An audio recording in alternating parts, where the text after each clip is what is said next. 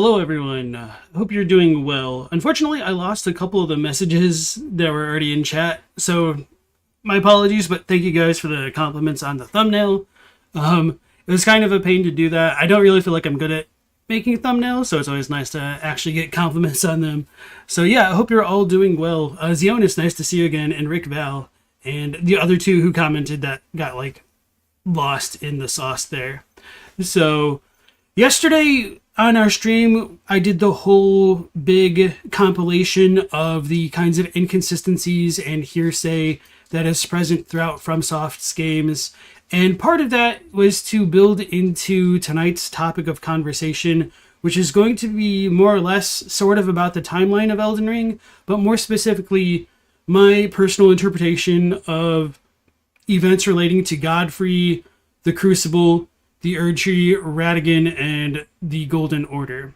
The reason why I've chosen to talk about this topic specifically is partially because of a number of, civil disagreements in the Discord and probably a lack of articulating my thoughts super well throughout my channel, because I haven't really made a video that's going to be as in-depth as this one is going to be today on this topic. So, just to kind of set everybody's expectations, my perspective on the Golden Order and the Crucible is vastly different from most of the lore communities at large. We will definitely go through it quite a bit tonight. So to go along with that, I have made another MIRO board. This is linked into the video description, so if you guys want to follow along and look at things closely yourself, you're more than welcome to do so. This is... okay.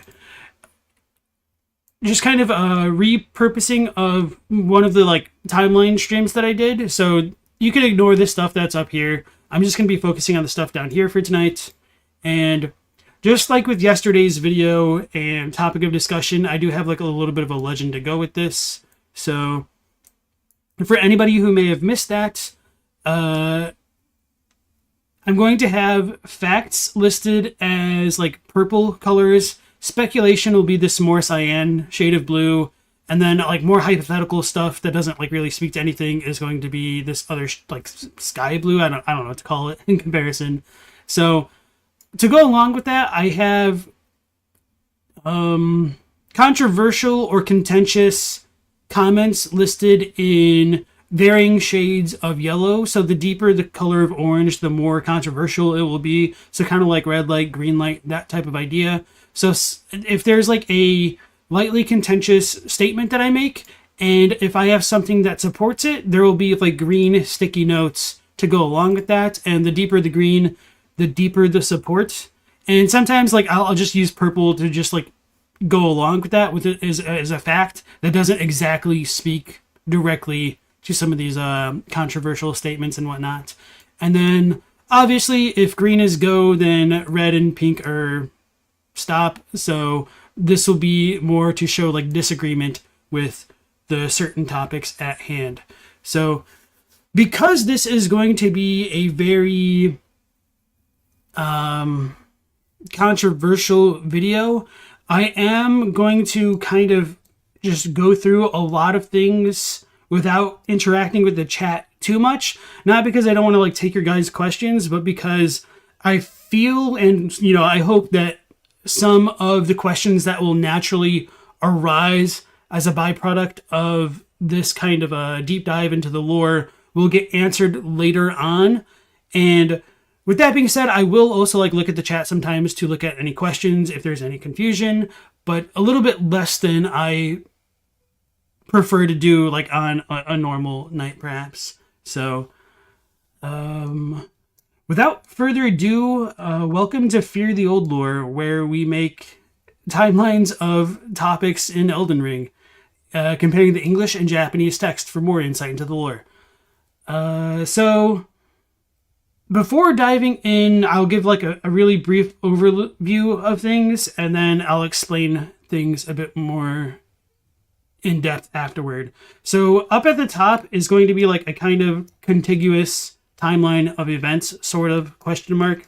So, to begin with, I feel as though I need to preface by stating that I think that the Great Tree is the Erdtree and that the Erdtree is the Crucible.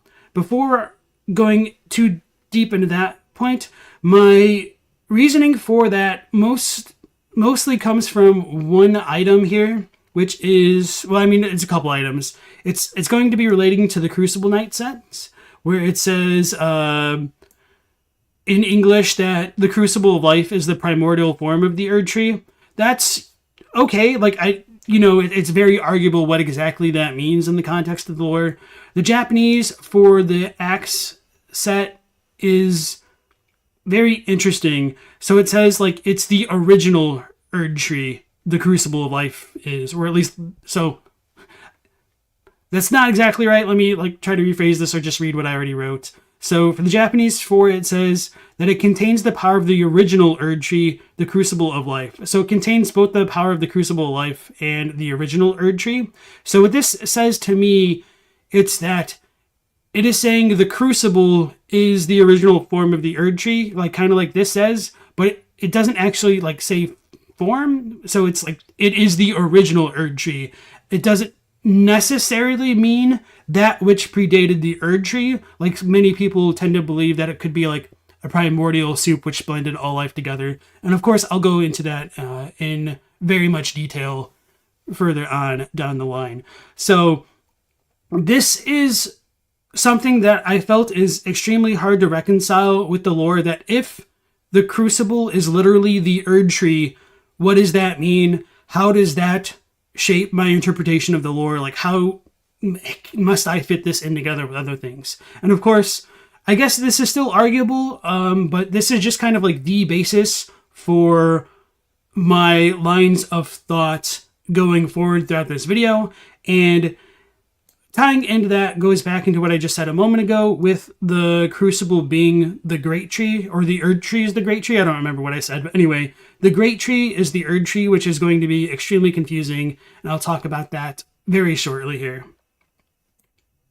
Yeah, and it's perfectly fine if you guys have disagreements with what I say, especially in regards to death, or just anything in the lore.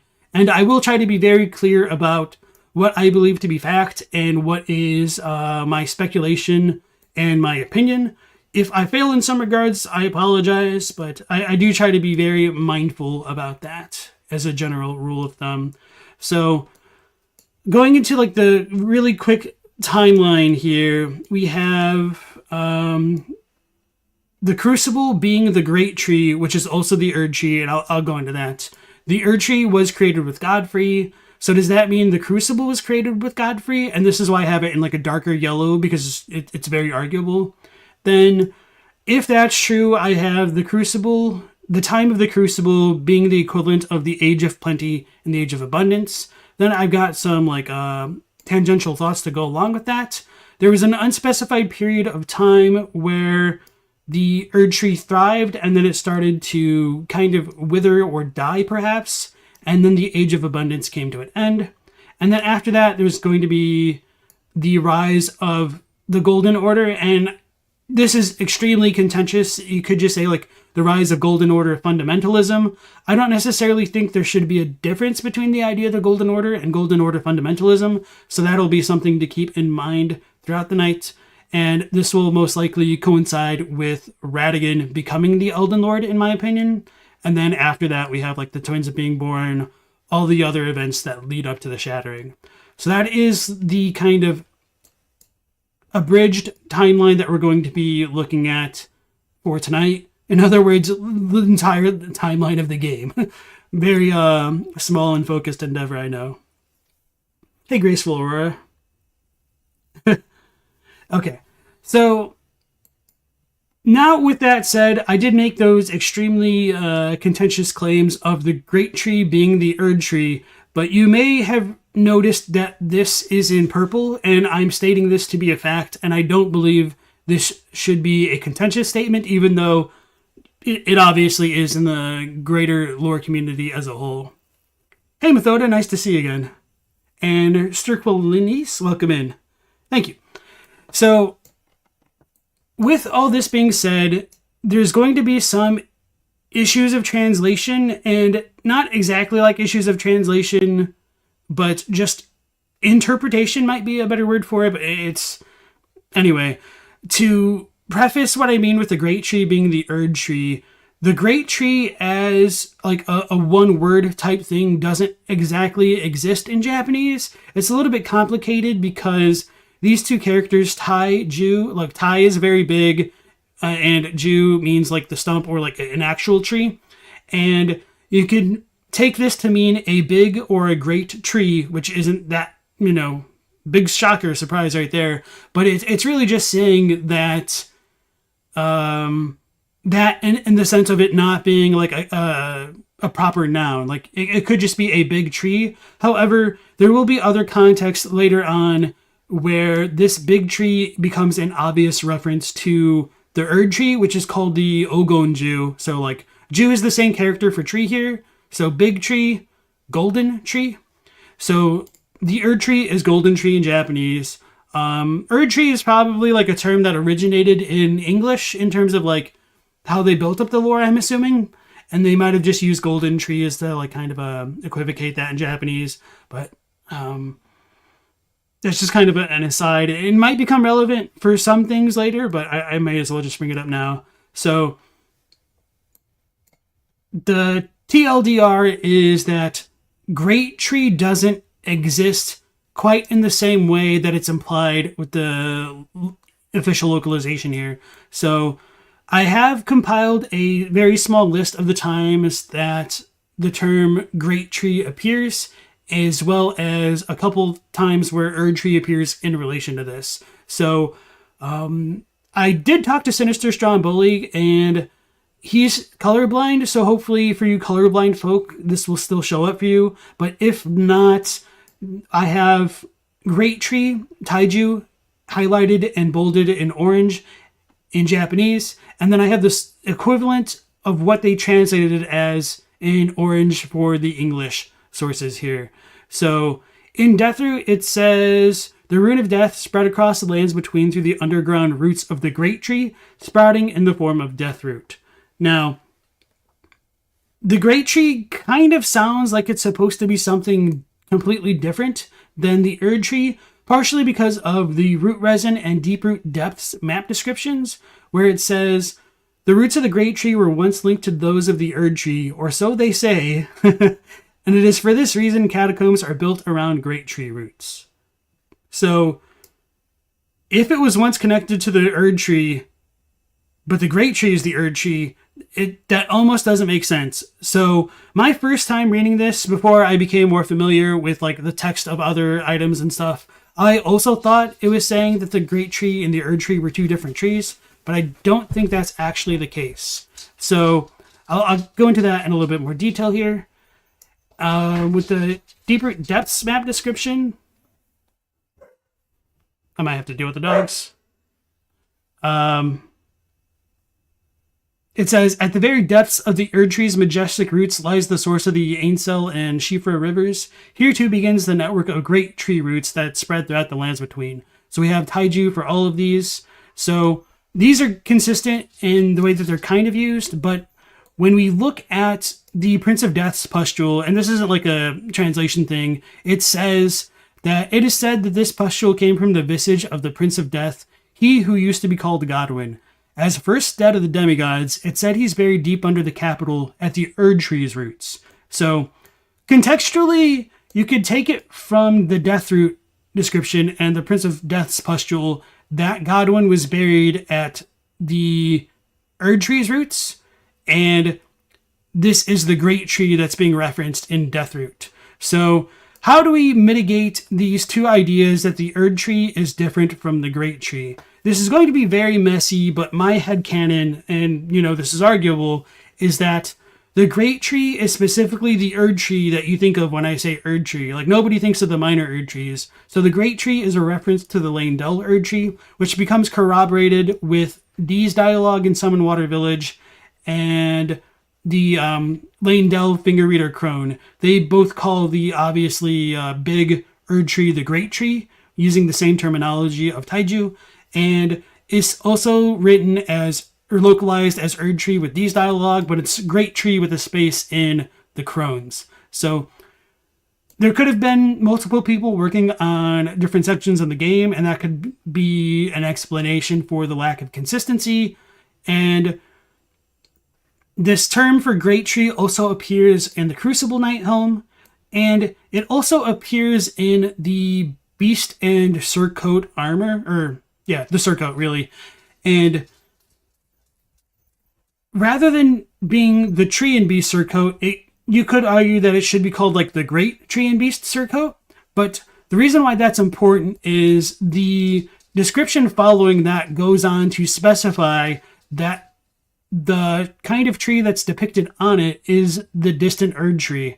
So it's a very clear and cut explanation that the big tree is the Erdtree, the great tree is the Erdtree. So the great tree doesn't necessarily exist, which might shatter a lot of people's ideas about the lore, but that doesn't necessarily mean that there was nothing before the Erdtree. However, there's also not a whole lot in the game to directly support such theories either. So if you do want to believe that there's a gigantic tree that existed before the Erdtree, you might still be able to have that headcanon. They're not entirely incompatible.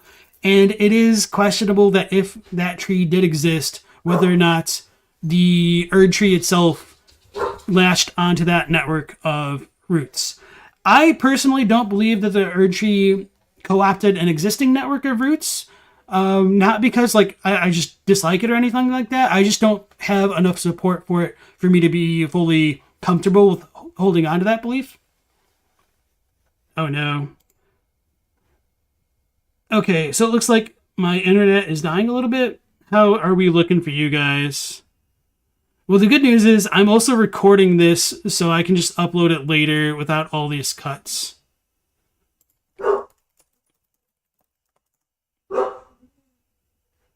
Okay.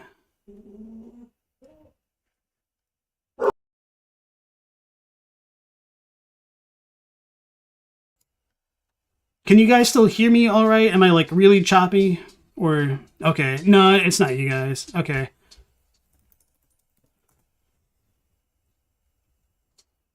Seems like we're recovering a little bit or not.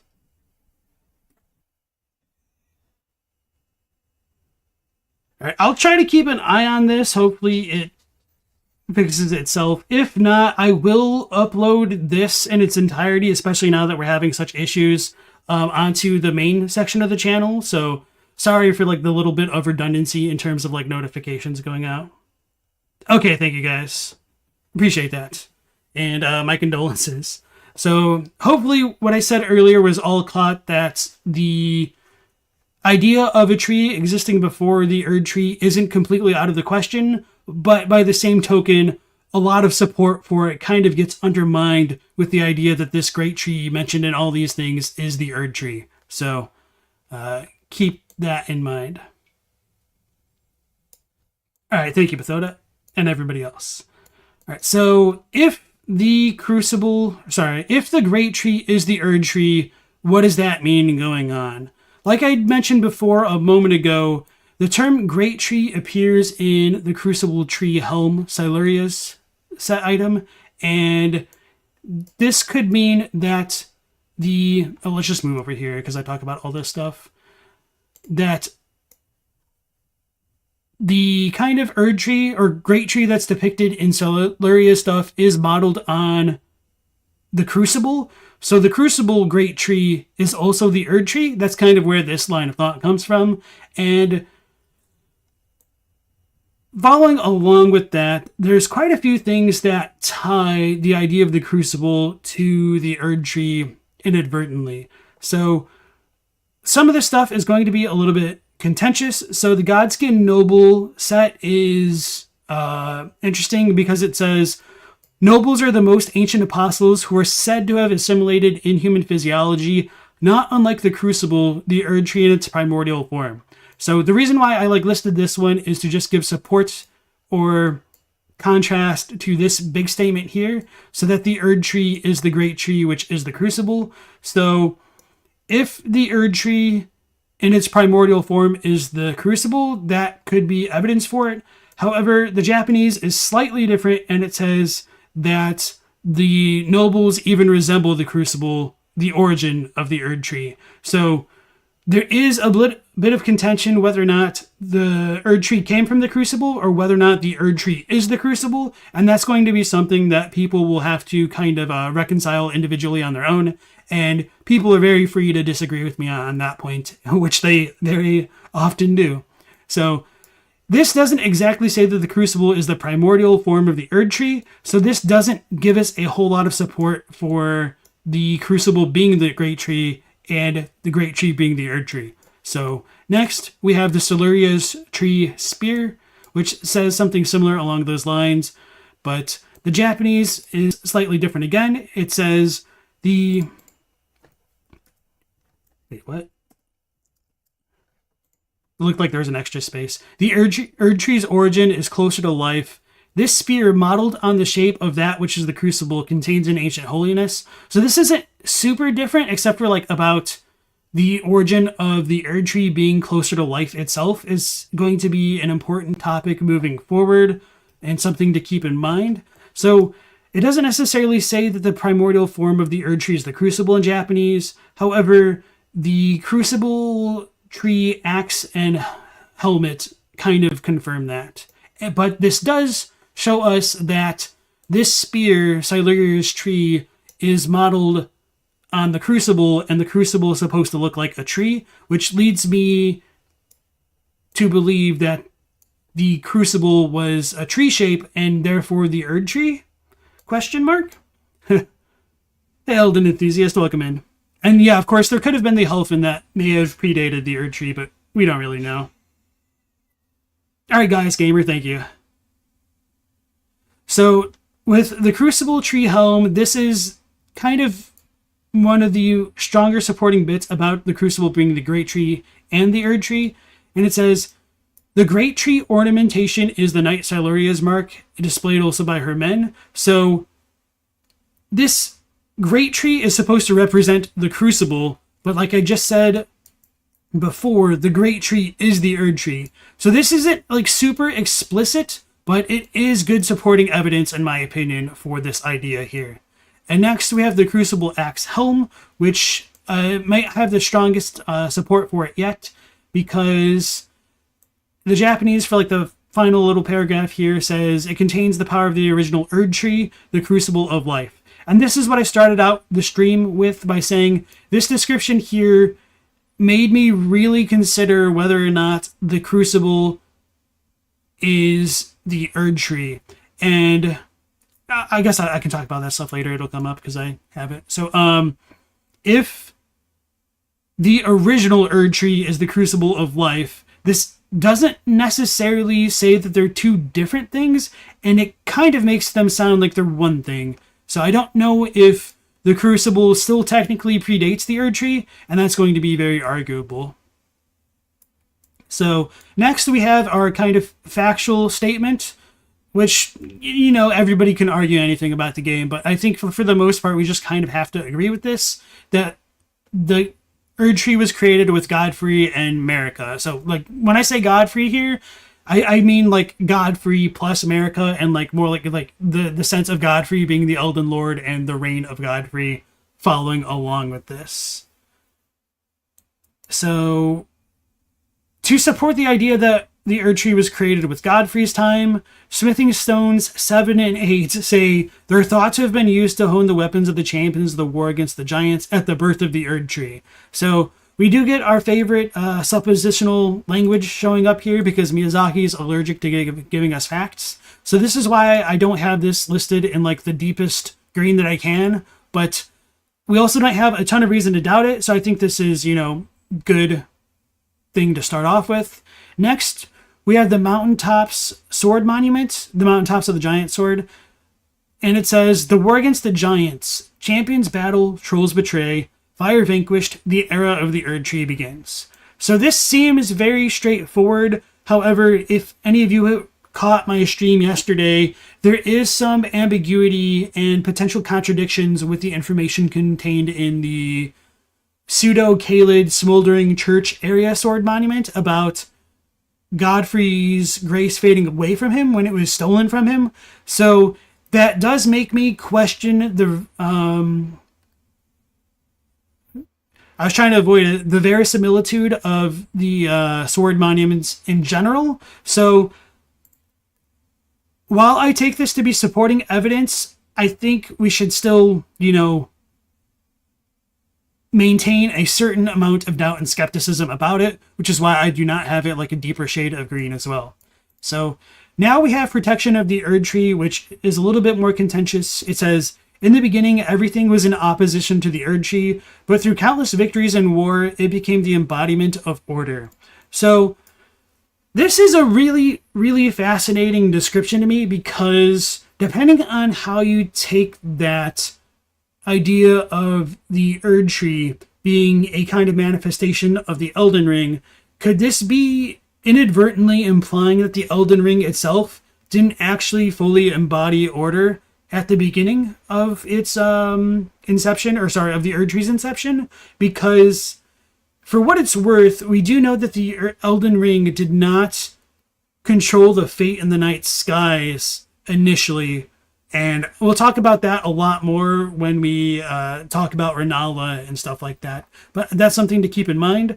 So, nonetheless, we do know that the Erdtree's birth was associated with war, and this kind of like corroborates that. But this kind of opens up questions that might become more relevant later on in terms of like the influence of the Crucible blending all life together. So if the Elden Ring didn't necessarily control everything to begin with, that does leave a decent amount of wiggle room to suggest that the Crucible wasn't the literal beginning of life. And we will go really into detail about that one later. So next we have Melina reciting Marika's spoken echoes in, I think, the first church of Marika in the mountaintops is where this one comes from. Hark, brave warriors, hark, Lord Godfrey, we commend your deeds, blah, blah, blah. Put the giants to the sword, let a new epoch begin, an epoch glistening with life. Brandish the Elden Ring for the age of the Erdtree. So none of these are like completely definitive of when the Erdtree was created, and there is a bit of ambiguity in terms of when it was birthed with regard to, was the Erdtree born and then did the giants retaliate and like burn it and attack it, or were the giants first defeated and then was the Erdtree like birthed following that? So I'm of the opinion that the Erdtree was probably born before like the war like fully finished, which kind of might sound like it would contradict this, but it doesn't exactly contradict the spoken echoes here. So what was I going to say about that? I'm blanking, but let me look at chat real quick.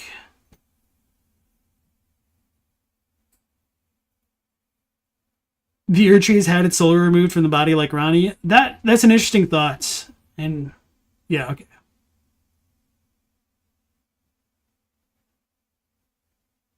You think the Crucible could be the theory of spontaneous generation? I think that's an interesting way of saying it. I don't want to like misunderstand or misrepresent your idea here, but you might be onto something, and hopefully we'll touch more upon that. Tea-watered houseplant interpreted it just that the Elden Ring wasn't always tied to the Erdtree. That's interesting, and I don't think I really considered that perspective. My idea is that the Elden Ring is the Erdtree is inseparable from the Elden Ring. Or maybe I should say that the other way around. Anyway, I think you can have an Elden Ring without an Erdtree, but I don't think you can have an Erdtree without an Elden Ring, if that makes sense. So Methoda says, are we thinking that the Erdtree was existing at the time when Godfrey went to war with the giants, or only sprouted on their victory? That's a really good question. You might have typed that before I kind of went into my little spiel here. It's questionable. I think there's more evidence to suggest that the Erdtree could have sprouted in the midst of their war, or like sprouting the Erdtree led to that war happening, but it is ultimately vague. So, yeah. Okay. So yes, if the Erdtree was created with Godfrey, this raises the question whether or not the Crucible was created with Godfrey. And we don't have an explicit bit of text to confirm it. I should probably lighten that one up. Oh, well, whatever. I'll just keep it here. So this is going to be like subtextual stuff to kind of support it, and there's not direct support, or at least not as much as I would like. So if Godfrey created the Crucible, it could help explain why the Crucible Knights served Godfrey, because the Knight set says that the Crucible Knights served Godfrey, the first Elden Lord. However, with Godfrey being a kind of conqueror who assimilates those he defeats, it might be possible that the Crucible Knights predate Godfrey, and then they could have just joined his badass army for themselves after they got their butts kicked. But I don't really think there's a lot of text to support that reading, but there's not a lot to deny it either, and you could probably make the parallel to the existence of the Banished Knights might potentially being similar to this, but it's just not how I choose to believe it, which is why I have this as a very kind of contentious statement here. So a big piece of support of the idea of the Crucible being created with Godfrey comes from the Crucible aspect incantations using Ancient Erdtree Sigil. So, do I actually have a screenshot of this? I should.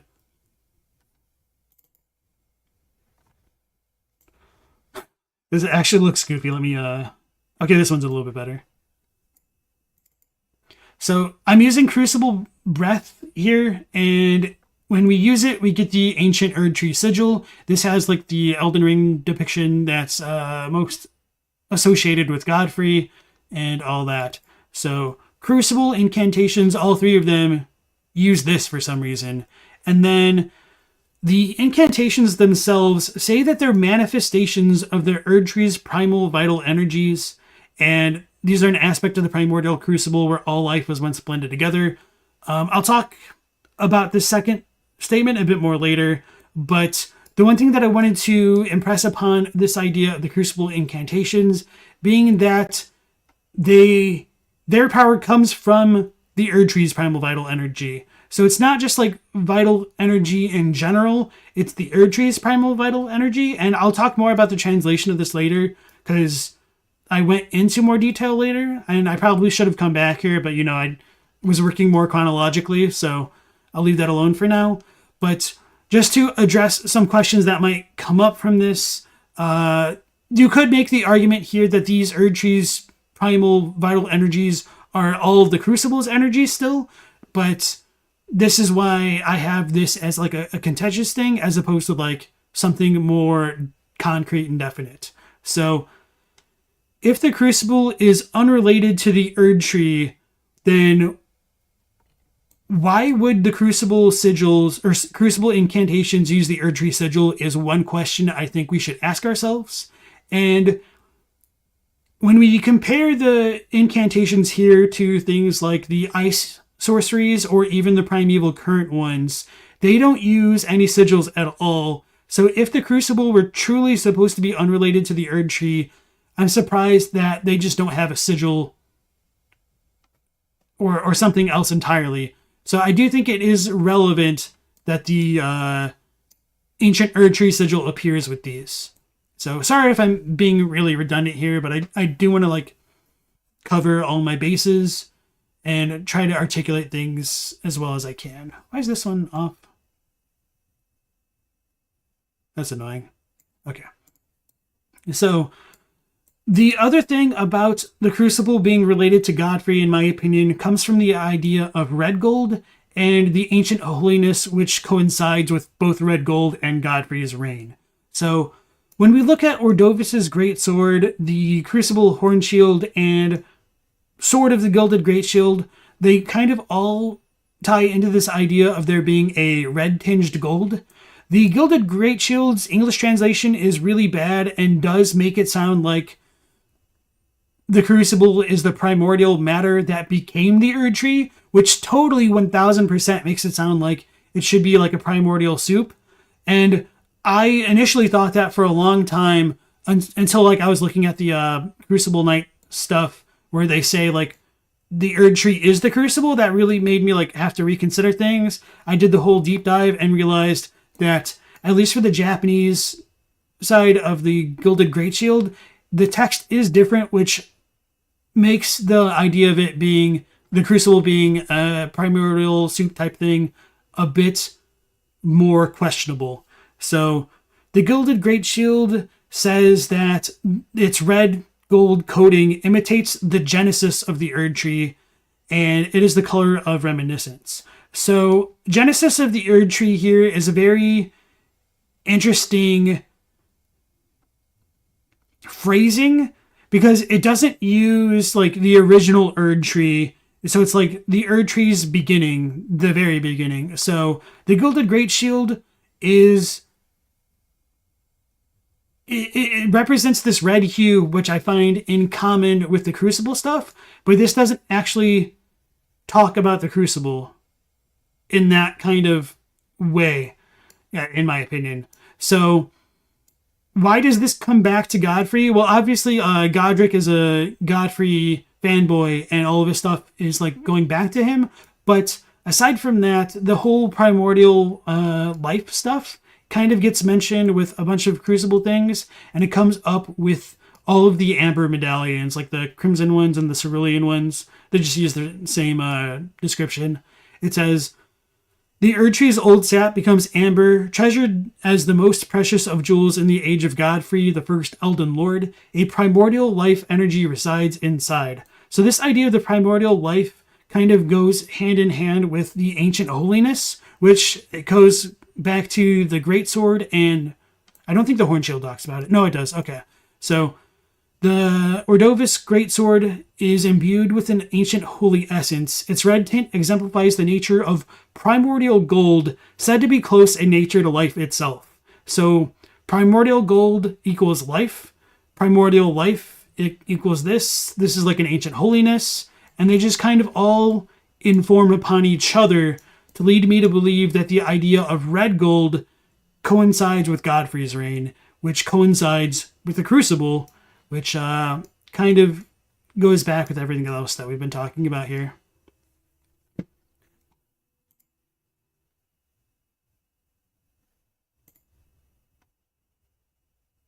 I'm reading chat real quick. All right, thank you. Hey, Lavish Peasant, nice to see you again, my fellow LP. Okay, so the question of the Crucible being created with Godfrey is, still arguable, but I do think there is support for it in general. So if the Crucible is created with Godfrey and it is the Erdtree, does that mean the Crucible and its time is equivalent to the Age of Plenty or Abundance? I believe so. And the Crucible - Erdtree blends life together, and it's seen as divine. So let me hydrate real quickly here.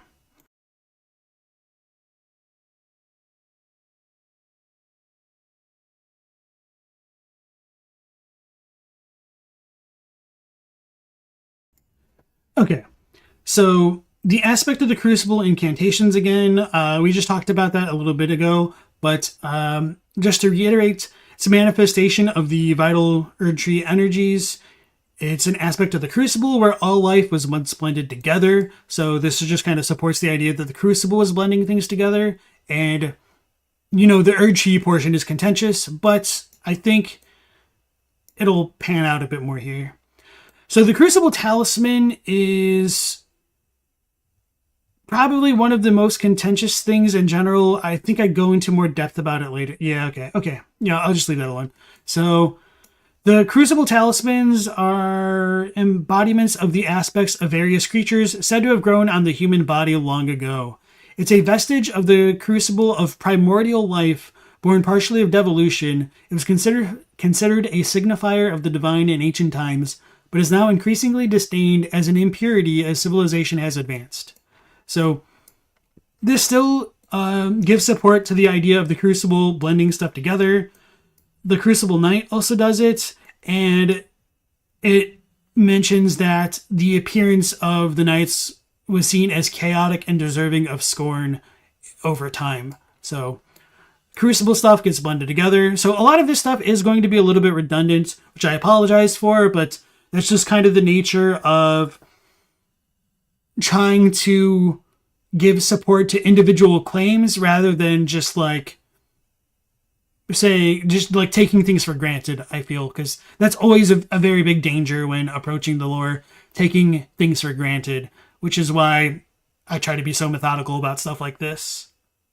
Fidel 88, welcome in. Beans and Rice, nice to see you again. And Lee Derv, nice to see you. Lee Derv asks, what if the Crucible and the Erdtree are just different eras and the physical tree itself has existed since the Elden Beast had landed? That's a good question. The issue with that is we are told that there is an era that predates the Erdtree, and that coincides with like the Deathrite birds and stuff like that. So the Erdtree didn't necessarily always exist, but that's a very interesting question, and I appreciate it. Hey Boris, nice to see you. Okay, going back to this. So with the Crucible blending things together, I believe this coincides with the creation of the Omen and Misbegotten, and this is a very contentious claim, and there isn't a ton of direct confirmation for either of these ideas. So the Regal Omen Baron says it's a doll of a curse-born Baron from the Erdtree's royal line. And if Morgott is the Omen King, it would imply to me that he's the king of the Erdtree royal line, and it would align with him being the true Lord of Leyndell. So in my mind, I think this is a pretty good indication that the Omen and their existence post-dates the creation of the Erdtree. So I don't necessarily think Moog and Morgott would have been born before Godfrey and Marika defeated the giants. But, you know, it is questionable. So I'll talk more about why I think the Omen are the way that they are, as well as the Misbegotten. So in Japanese, the Misbegotten are the Konshu, which is like literally a mixed or blended race. So I feel like Misbegotten is a little bit of a unfortunate localization, because it just kind of like, you don't necessarily get that intrinsically from the way that like Japanese players would. But it's not the worst thing to go with. I understand why they did that. But anyway, the Winged Misbegotten Ashes do say that the Misbegotten are held to be a punishment for making contact with the Crucible, and from birth they are treated as slaves or worse. So this idea of them making contact with the Crucible, this isn't necessarily like a translation thing exactly, but I understand if people were to interpret this to mean that they like accidentally came into like literal contact, like they like stumbled over something that was Crucible adjacent and it like kind of transformed them. But the Japanese term for contact here is kind of meant in the sense of it being like a continual form of contact. So they're like quote unquote blessed by the Crucible would be, I think, a more intuitive way to understand this. So the Misbegotten are in constant contact with the Crucible. So because of their relation to the Crucible, they're treated as slaves or worse. And obviously, I don't think that they were initially treated this way because of everything relating to the Crucible Knights and the difference between like the Crucible stuff used to formerly being considered holy. So I think during the age of the Crucible, they were not disdained, and the Omen stuff is very contentious. And I actually don't know if I go into like the whole like imprisonment stuff. I don't remember. But anyway, so I would definitely say the Misbegotten stuff do show signs of the Crucible, because not only are we told that, the Crucible scale, knot, and wing talisman depicts the traits that are found on Misbegotten. You can get like little wings on some of their backs, the like little knots obviously, and then some have like lizard feet and stuff. So anyway, with that being said, the origin of the Misbegotten is technically unclear, but if the Crucible is the Erdtree, then they were born after the Erdtree and were likely influenced by it. So again, the whole idea of the Crucible and the Erdtree being different things is controversial, and it is my opinion that they are not. So sometimes I might say something that people disagree with, and that's probably just because I kind of forget to like set this up sometimes as clearly as I can. So this is based on the idea of what I just said. So I think the idea of the Crucible in general, with its blending of life together, is similar to grafting, which is why Godrick's Gilded Great Shield is similar to the Crucible Knight armor, and it's why I think the Gilded Great Shield relates to the time of Godfrey, and they just kind of all work together. So grafting and blending are more common features during Godfrey's reign, in my opinion, which is why Godrick, I don't know if I just said that backwards, if they're common features of Godfrey's reign, which is why Godrick feels nostalgic about it. And I'll talk about it more later. Do I talk about it over here next? I think I do. The idea of blending. So yeah, I'll just leave that alone for now, because I know I'll get to it. I tend to jump ahead of myself sometimes.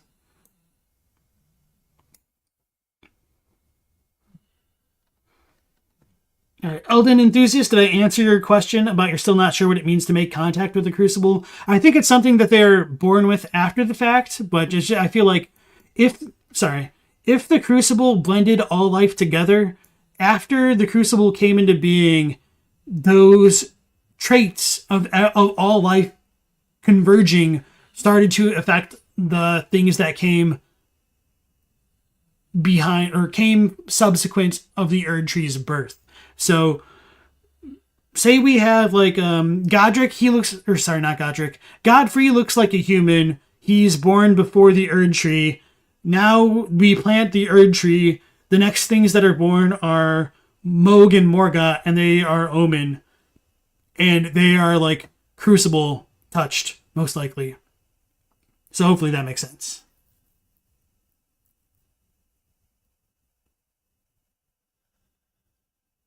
You hadn't thought of the idea of grafting being an evolution of blending? That's really interesting. Okay. What's their connection to Radagon? We'll kind of talk about that later on, but I don't think there is as much of a direct connection between the Misbegotten and Radagon as like him making them. But anyway, that's just kind of off topic.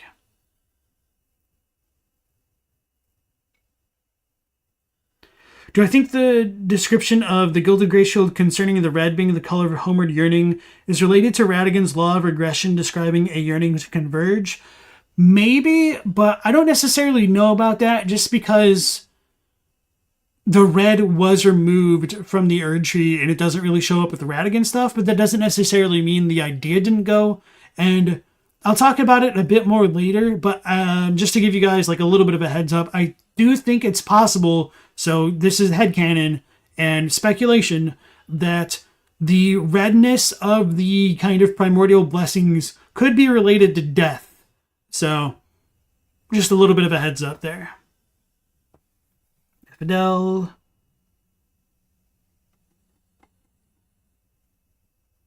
Oh no, I don't think I saw what you said. You had a crazy thought. If you remember correctly, the head of the Crucible Knight Spear looks very much like the sprouts in the bald monk statue. Perhaps that is the Crucible and the single large sprout, the Erdtree. Yes, I do think that is a strong possibility. And thanks for bringing that up, because I totally meant to mention it when I was talking about the Great Tree a long time ago, but I just kind of spaced out. Oh, I think it's because the dogs were barking. Maybe I shouldn't blame them. But anyway, the idea of the Great Tree and Erdtree's roots no longer being connected and then being connected to the catacombs, I think that the big Erdtree was once connected to the gigantic network of roots everywhere, and they connect to the roots of the minor Erdtrees. So I think the idea of the Great Tree's roots not being connected to the Erdtree, it might be a translation thing where Erdtree should have been pluralized to represent the minor Erdtrees. So the Lanedell Erdtree no longer connects to the minor Erdtrees. That's kind of my mental gymnastics headcanon to make sense of why the root resin description differentiates between the Great Tree and what comes across as one singular Erdtree in English, but might be multiple minor Erdtrees in Japanese.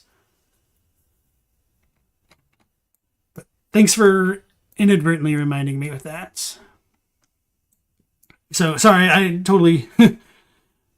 Going back to your question. Okay, I did answer that. Yeah, okay. I think we're on the same page there. Tough Eyes, welcome in. Do I not think that the Great Tree equals the Crucible? So, you may have missed the beginning of the stream. So, the Great Tree is the Erdtree. Like, I think that's a very factual statement. The Great Tree as like a proper noun doesn't exactly exist in the same sense that comes across in the English localization. So if the Great Tree is the Erdtree and the Great Tree is the Crucible, then through the transitive property of lore, that means the Crucible is the Erdtree. Kinda. Alright, sweet. Moving on, next we have the Crucible being the Age of Plenty and Abundance, going along with the Erdtree initially being abundant with sap, amber, and life in general. So there's obviously a ton to support this with the Sacred Tear, Blessings Boon, the Icon Shield, and the Amber Medallion. I don't really feel as though I need to go like super in-depth here. It's all pretty straightforward. One thing that I did want to note in terms of like translation intricacies is that the sap in the Amber Medallion comes from Shizuku in Japanese, which is what they use for like tears. So is the Erdtree sap its tears? Yes. And so that makes it a little bit harder to tell if like crystal tears are indistinguishable from the Erdtree's sap or amber, or if they're a specific form of it. And that'll become a bit more relevant later on when we're trying to like discern whether or not the minor Erdtree's life cycles are still tied to the big ones that are like disconnected from it, but we'll deal with that later perhaps. So that'll tie into the idea of the crystal tears and tears in general being related to the Flask of Wondrous Physic. I personally think that the minor Erdtrees came into being during the reign of Godfrey, and that they didn't sprout after the Shattering, which is a little bit contentious, I suppose. But the Flask of Wondrous Physic says that basins are placed at the feet of the minor Erdtrees throughout the lands between in order to collect their crystallized tears. So it is questionable whether the minor Erdtrees' tears, aka their sap, fell only during the Age of Abundance, or if they still continue to fall even after the Shattering. But I'll talk more about that idea of the minor Erdtrees and what era they came in later. So, again, just to reiterate, the Crucible should coincide with the Age of Abundance if the Crucible is Godfrey's Erdtree. So, this is something that I've talked about, obviously, throughout the stream, of the Crucible not actually being a primordial soup or the literal origin of all life. So all of this stuff here is going to be very contentious, so take it with a grain of salt is kind of what I should say. So if the Crucible aspect incantations and the Crucible talismans say the Crucible is the origin of all life, what does that mean? Well, it's a little bit complicated, unfortunately. So for the Crucible aspect incantations, we've talked about that before. It's where all life was unsplendid together. The Japanese here is slightly different, where it says the power of the incantations comes from life, and life is the source of the Erdtree. So this incantation itself is one aspect of the Crucible, and life is blended together. So it doesn't necessarily say that all life was blended together, but it does show that the Crucible blended life together, which is kind of a stupid thing to just like be really nitpicky about, I understand, but it'll become a little bit more relevant later on, I feel, and I'll talk about that shortly. Do I have anything under that? Okay. So The Crucible talismans are the biggest point of contention in terms of like this whole overarching theory of the Crucible literally being the Erdtree and not being the literal origin of all life in the lands between as we know it. So the English here doesn't come across as strongly in the Japanese for this part. So if you guys want to say that I always like cherry pick the Japanese stuff to favor me, this is one of the times where like cherry picking the Japanese stuff actively hurts me. So I'm not going to worry about this one right here.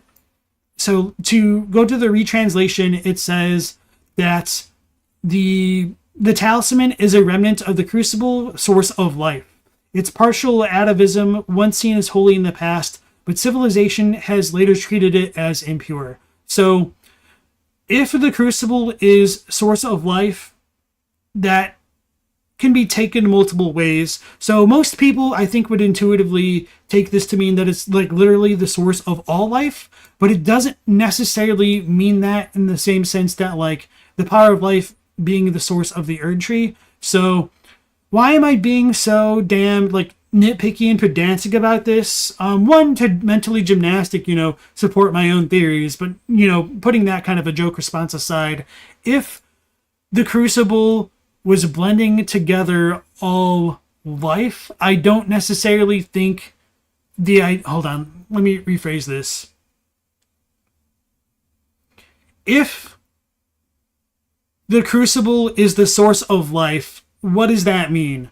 Well, I think there's a couple explanations that could fit the answer to that question, but not necessarily like be the same thing. So let's say that the Crucible is the primordial soup where all life came from it. Sure, it is definitely the source of life. I'm not going to deny that thought in itself. It's perfectly valid. However, if the Crucible as a thing, as the Erdtree was taking in all life and blending it together, would it not then become the source of life after that fact? Because everything would be coming from the Crucible if everything was blended into it to a certain sense. So what does that mean in more plain English, straightforward terms? I typically view the idea of the Erdtree and the Elden Ring as a kind of filter for order in the collective universe. So I was thinking if I had like any pictures on hand to go with it, but I guess I don't. So I guess we're going to get our fancy like MS Paint stuff going on here. So let's say we have, I'm going to use red to represent like the primordial pool of soup, whatnot. So primordial soup and then like dragons and whatnot. Man, I'm making this even worse because I just don't even care. And then they have extra wings, right? So we have dragons and all these other stuff like beastmen.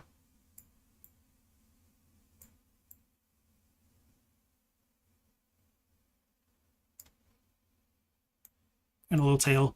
So dragons, beastmen, all the other stuff that you want to mention. And so let's say we get the Erdtree going on here. Anyway, you guys get the idea. So if the Erdtree was taking the vital energies of everything into it, and the Elden Ring, actually let's make this,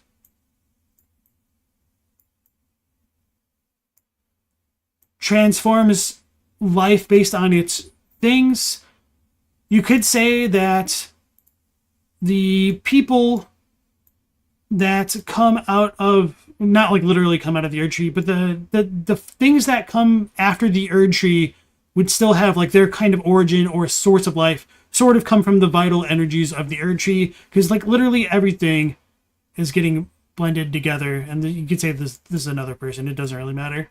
So hopefully that makes sense. I do think it is convoluted. I'm totally aware of that, but I think the idea of the Elden Lord and literally impacting order in and of itself is convoluted. And just to give like another parallel to that, let's say we take the Erdtree here. So let's actually do a little quick crappy copy and paste.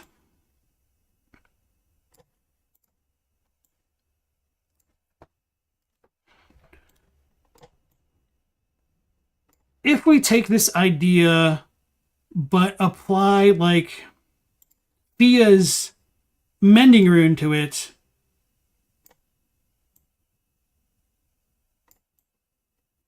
these are like the little millipedes and whatnot, these will like make those who live in death, like so skeletons, I'm not going to draw a skeleton because I mean it's not going to be better than my person. So if like this could, if like those who live in death become codified, you could say like their source also comes from like the Erdtree and the Elden Ring and all that and whatnot. So very convoluted, I know, my apologies, but that's just kind of like my idea of how the Erdtree and the Crucible being the source of life works. I think that it's essentially like a filtration system. And so at this point in time, the Crucible is just blending everything together and is all coming out like Three Stooges effect, which is why you have Misbegotten having scales, wings, knots on them, because that's stuff that's not native to them. To go into the idea of the Omen, I don't know if I go into it further here. I think the reason they're cursed is because they have an excess of life coursing their veins, and excess life in games like Dark Souls is stated to be a curse, and it eats away at the user. So it's something that's common between all the games. I might go into like more detail here. I don't remember, but just keep that in mind. And if you disagree with that, later just mention it in a comment or like join the Discord and we can hash it out there. I don't want to like go too far off topic here. So hopefully that makes sense. I'm going to pause real quick to hydrate and read chat. So if you guys have any like questions, I can answer them before moving on a little bit further.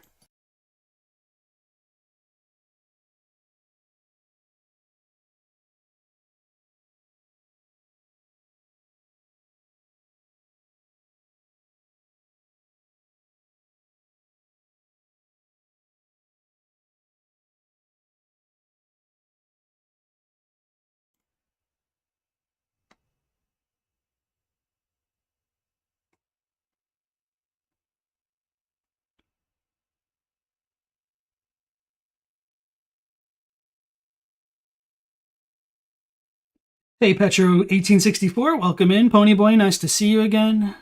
Just got in, how it goes? Oh, streaming issues? Was I having issues earlier again? Oh no. It's not a real conspiracy until someone brings out MS Paint. Trogdor.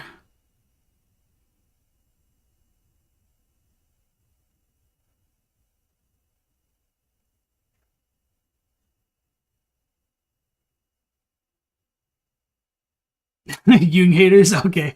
Alright. Okay, so it doesn't look like you guys got lost in the sauce there, which I'm glad about. Hopefully it was actually coherent ramblings of a madman. Anyway, so what did I just talk about there? The Crucible Talismans. Alright, the origin of life. Okay. So going with that idea of the Crucible being the source of all life, I think that in and of itself is a little bit of a contentious claim, which I kind of poorly brushed aside there a moment ago. So the reason why I don't necessarily buy the idea that it's literally the source of all life is because we're told that Albinorix are made by human hands and said to be untouched by the Erdtree's grace. Now, both of these are like all contentious stuff, self-admittedly, because you might be able to use my whole like silly transitive argument or transitive property argument against me that like, oh, humans are made by the Erdtree and then they made Albinorix, so Albinorix are kind of made by the Erdtree too. You got me, oh no. But anyway, setting that one aside, we do have another questionable source of birth with Estelle being born in the Lightless Void. And then we also have some questionable things. The Alabaster and Onyx Lords coming from meteors. Are they governed by the Elden Ring and or Erdtree and or Crucible? I tend to think not, but I mean, you might be able to come up with a cool headcanon to make it work. So I'll just leave that to be individual interpretation. And then The other interesting thing to go along with this are the Crystallians and Imps and Stone Golems being said to be created by some mysterious creator. And they can't like procreate and stuff, so they need another creator to make them. So they're, at the very least, they're not like directly popping out of the Crucible, but yeah, it just really depends on like what you think source of all life really means here. And it's debatable. So on its own, to be like fair and like offer super valid criticism against my ideas, I would take the Crucible Talisman description to mean that the Crucible was akin to the primordial soup on its own if there's nothing else to consider, but because of items like the Crucible Knight set in general, it does give me reason to believe that the Crucible is supposed to be explicitly affiliated with Godfrey and the Great Tree, which makes me doubt the idea of the Crucible being the primordial soup and the literal origin of all life. But again, it's questionable. So to give some supporting idea of why I think the Crucible came later specifically would be the idea of blending and how that actually impacts life in the lands between. So in my opinion, life before the Erdtree seems more pure, and life after the Erdtree seems more chimeric in nature.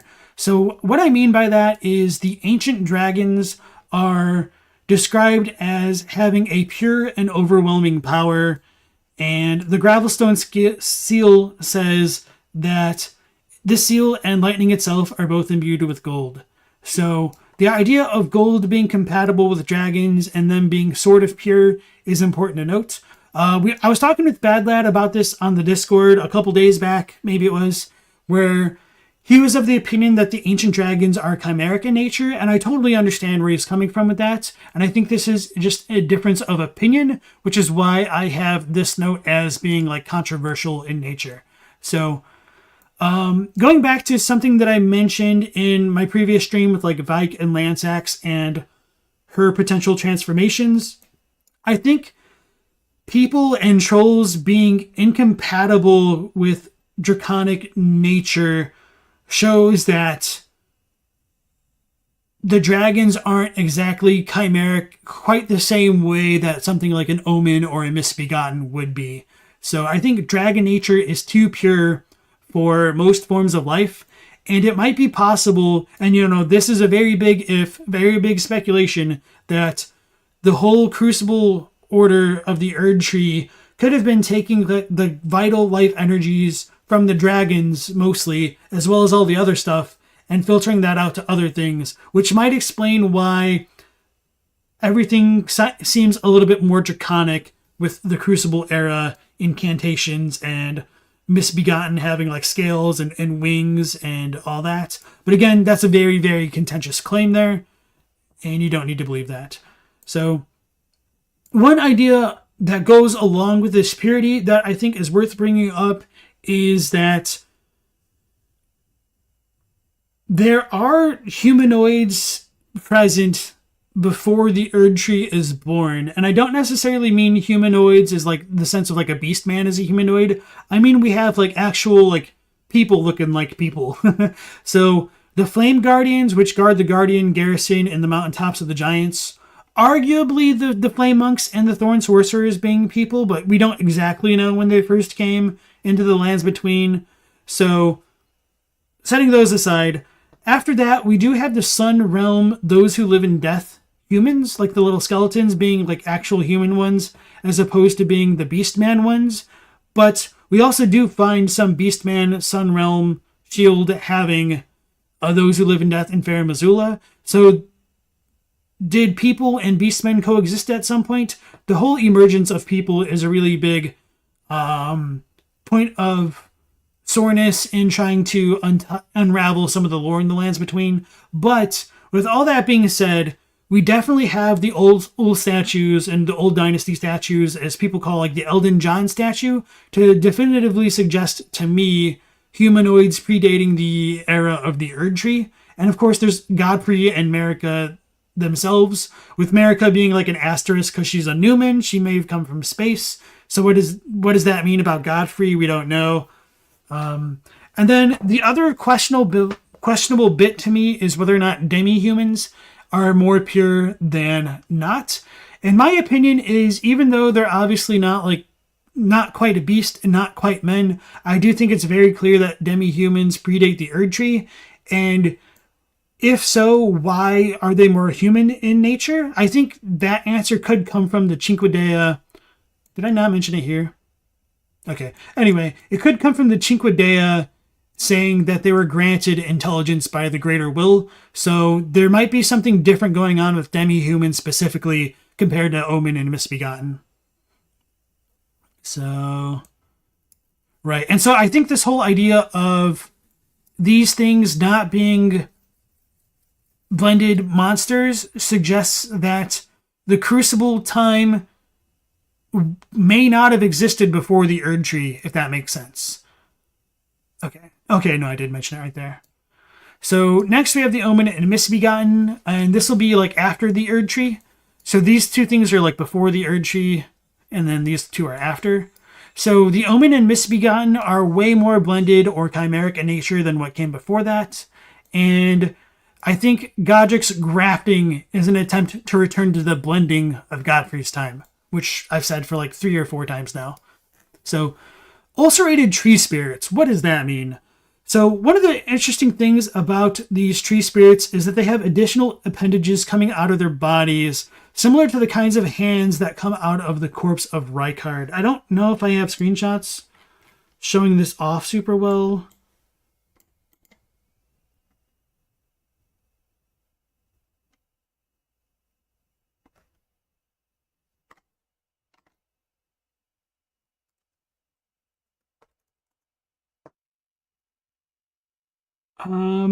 Maybe we could look at this.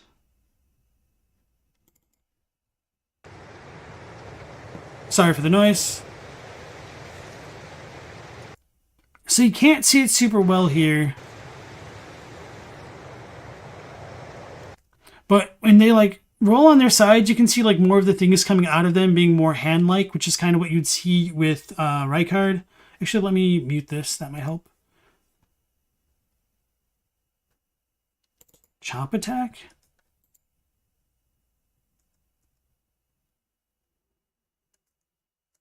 Okay, so they've got like these little hands. These are obviously like more of the thing itself, but these other ones are more malformed. They seem more fleshy in their substance. So this to me like represents the whole idea of them blending life together in the ulcerated tree spirits.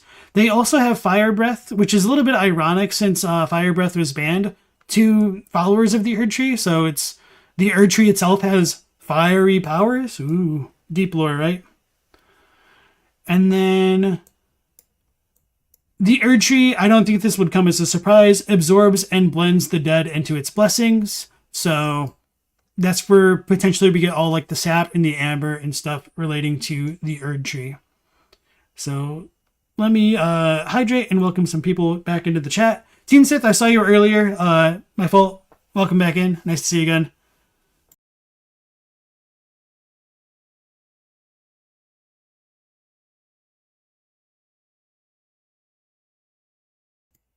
And Puzzleheaded, welcome back. It's wrath breath because the Erdtree burial spirits can't be reborn with the Erdtree spirit and body severed. Potentially.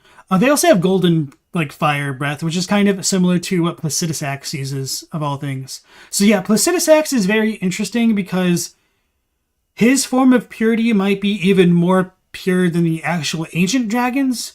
His incantation doesn't use any arcane, whereas the dragon communion stuff does.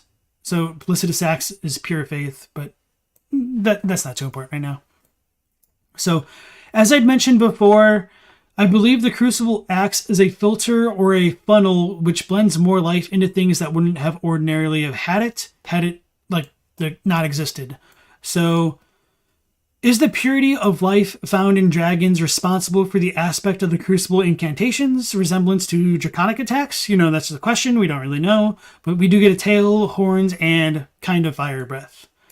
I think that omens are likely cursed with their blood due to having an influx of excess life in their blood, which manifests in the form of wraiths.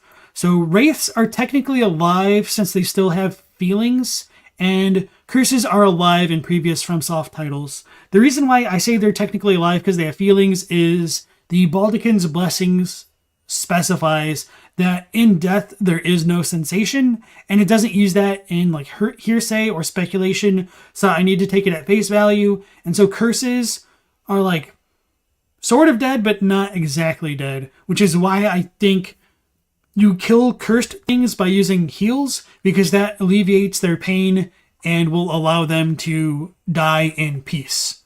So that might be some of the deep Revenant lore, but of course that is speculation. Oh yeah, I just did talk about that. Okay. So this is the Baldachin Blessing quote. And then the other thing to go along with the idea of curses being pain and stuff like that comes from things like Familiar Rancor. So I'm not just relying on old titles where it says the anguish of a spouse and children invites accursed wrath. So maybe it's a little bit stronger in Japanese and I just didn't really think about it. But the vengeful spirits have anguish, so that shows they have feelings, and that's kind of a big deal. So the question with omens being cursed comes up with how come the misbegotten aren't cursed?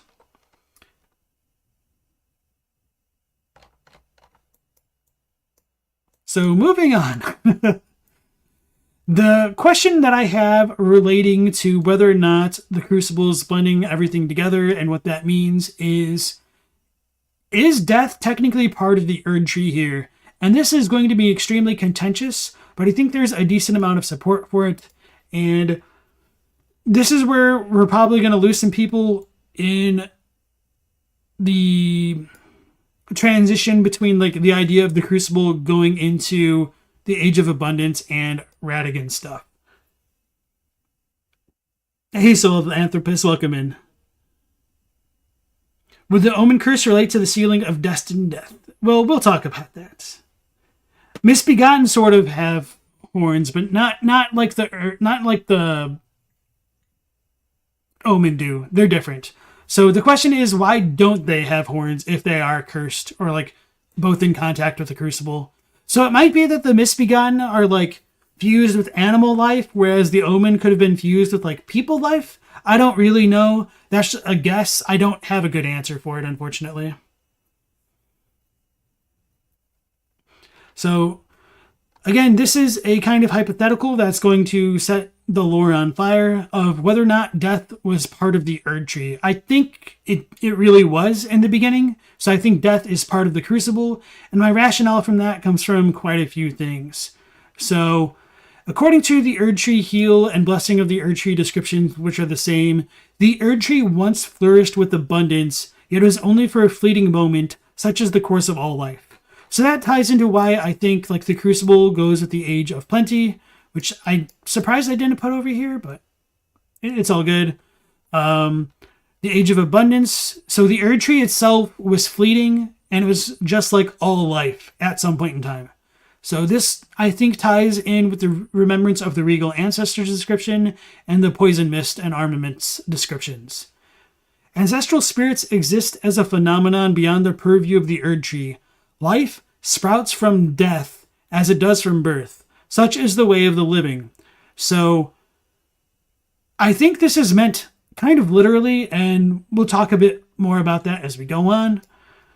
Those who dwell within poison know rot all too well. The death that begets life, that comes to all equally. That is to say, it is the cycle of rebirth put into practice. And then the Ancestral Spirit's Horn says, a number of new growths bud from the antler-like horns of the fallen king, each glowing with light. Oh, maybe I accidentally put the 1.0 description in here, because I don't think it calls it a king. Anyway, thus does new life grow from death, and from death one obtains power. So death is irrevocably linked to life to some degree in Elden Ring, and we'll go into that a lot. So next we have the Heroes Runes, And this one is extremely interesting to me, and it's very arguable as well. So, there were once heroes who walked the battlefields abundantly blessed by the Erdtree itself, who upon earning their honor simply died. So, the reason why I say this is contentious is we don't know exactly what it means, or we don't know exactly how they died. So, with things relating to the Helfen saying that people like died in battle and that's how they see the Helfen and that's how they gain their honor, that could potentially be tied into the idea of the heroes runes, that when they receive their honor, it's because they're dying on a battlefield. That's a very possible reading for this, but it isn't super obvious perhaps. So if that reading is true, that's perfectly fine, but that doesn't necessarily disprove or make this next idea invalid, in that perhaps heroes actually just died despite being blessed by the Erdtree. They might not have been killed in battle. They might have just ran their course and then just kind of dropped it dead. It might sound like that. We don't really know, which is why this is contentious. But nonetheless, with either interpretation there or another one, heroes died, and that was with the Erdtree, which, isn't too crazy of a statement because, we kill stuff all the time as the Tarnished. So that's not completely out of the question. So, like I said, it's unclear if earning their honor means they died in combat. So, what does that tie into life? The Golden Runes say, even now the runes are still imbued with the power of life itself. Do you see the Erdtree towering over? So, we're told from these descriptions over here that death is part of life, and if the heroes' runes died, maybe that means the power of life and death are meant to be more intrinsically tied together. So, I think that shouldn't be too crazy of a claim, because even if death existed, we do know the whole blending mechanism kind of incorporating death into the Erdtree in a roundabout manner. So, of course, this is all...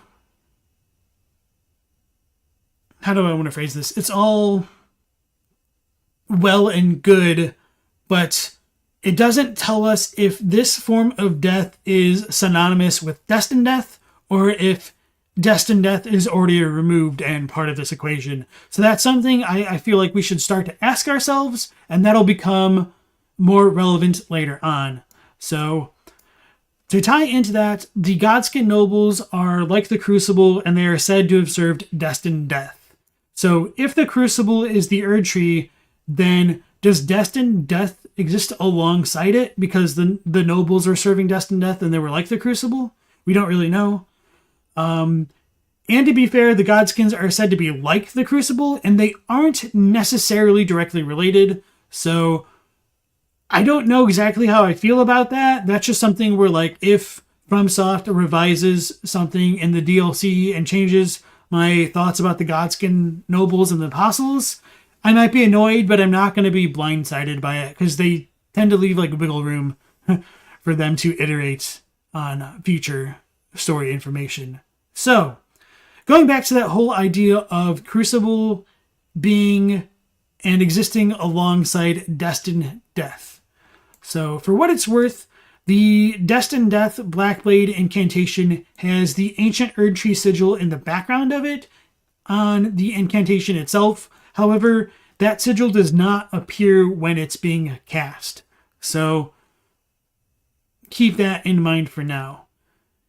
Going from that point on, we have fire monks becoming black flame monks, which means the Erdtree exists when the fire tree monks are converted to black flame monks. So, does that mean that Destined Death was already sealed when the black flame monks converted? Did they join the Glowmide Queen's forces after she was sealed? We don't technically know, and we don't know if the power of Black Flames was already lost when the Fire Monks converted. But if the Glowmide Queen still existed and the true power of the Black Flames still worked during this period, it would imply that Destined Death exists coexists along with the Fire Monks, which would mean that the Crucible existed in a time when Destined Death was not yet sealed, perhaps. And of course, that's a contentious claim, and we can all argue until we're blue in the face about Destined Death, so that's exactly what this entire stream is about. Hey, Levant Blaze, welcome in. I'll read you guys. I'll catch up with chat in a moment after I finish this section, because there's a lot to just lore dump real quick. So, going back to the idea of the Erdtree being like all forms of life, we do have something which contradicts that in the Seed Talisman. It says the Erdtree was once perfect and eternal, and thus it was believed that Erdtree seeds could not exist. So this is very problematic, because we're told in the Erdtree Heal and the Blessing of the Erdtree descriptions that the Erdtree is fleeting, yet this is telling us the Erdtree is perfect and eternal, which seems like a major contradiction in my books. So how do we reconcile this idea that the Erdtree is simultaneously fleeting, yet perfect and eternal? There's going to be some disagreement amongst lore theorists, but my interpretation of how these two conflicting ideas can be reconciled is that the Erdtree at one point was like all other life, and then it was later changed to become eternal, potentially when Destined Death was sealed. So, for the record, I will state it clearly here, I do not think Destined Death was sealed with Godfrey and Marika's rise to power, which is, very controversial, and this whole stream is more or less me justifying this opinion. So hopefully you guys are on board with that. At least, maybe not on board with it, but at least can see where I'm coming from with my rationale here. So I have some more hypothetical questions to go with that, but I'm going to go ahead and hydrate and then read what you guys are saying. Hopefully you're all still following me, and hopefully this is all making sense still. All right, Fidel, thanks for joining in. Sorry if I don't get to fare you well directly. In peace.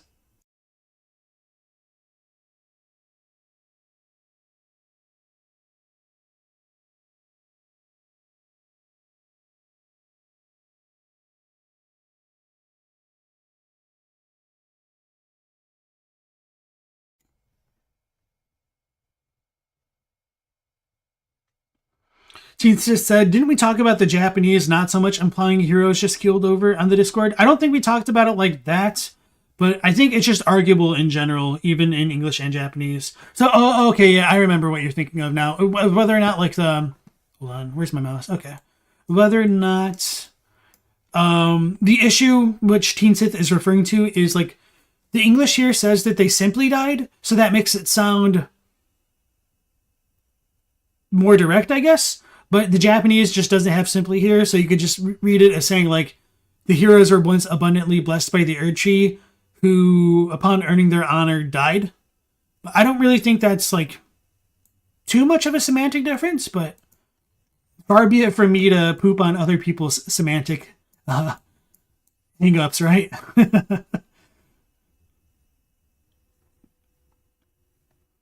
And Teamthsis says, a lot of this line of questioning depends on if you think the Elden Ring is the Erdtree itself or not. You do not think that. Okay.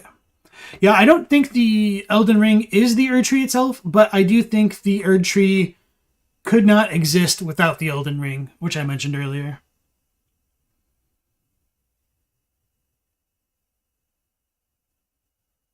And Methodus said, you had it the other way. The Erdtree was thought to be eternal in the Seed Talisman, but that was just Marika propaganda. And that's another valid reading, which I probably should have included. Thanks for bringing that up. But yeah, no, I take it a different way, and hopefully that'll become more apparent later on when I get into that stuff with Radagon more specifically.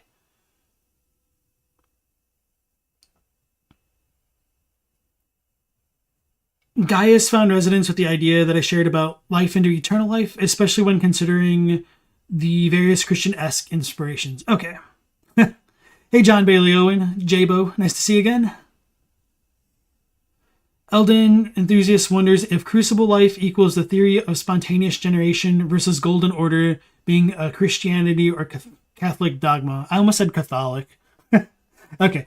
Moving on with the idea of death still being part of the Erdtree. So this stuff is a bit more hypothetical, and this is going to be messy. So there's probably going to be counter arguments to be made to some of these, which I'm open to. So if you guys want to like say them in the chat, or if you want to leave them in the comments, like on the video itself, because they might get lost in the sauce over here, I'd appreciate that. Or of course, you can. I never pinned the stupid Discord link. I'm smart. If you guys want to join the Discord and talk about this stuff more directly later, that is also very welcome. I hate the stupid thing. I don't know why they changed this to have the stupid like heart thing here. I think you guys can see me struggling. So yeah, if you want to join the Discord and if you have like thoughts that you want to like hash over, feel free. So enough waffling. Going back to this idea of death being part of the Erdtree and Destined Death not being sealed with Godfrey and Marika.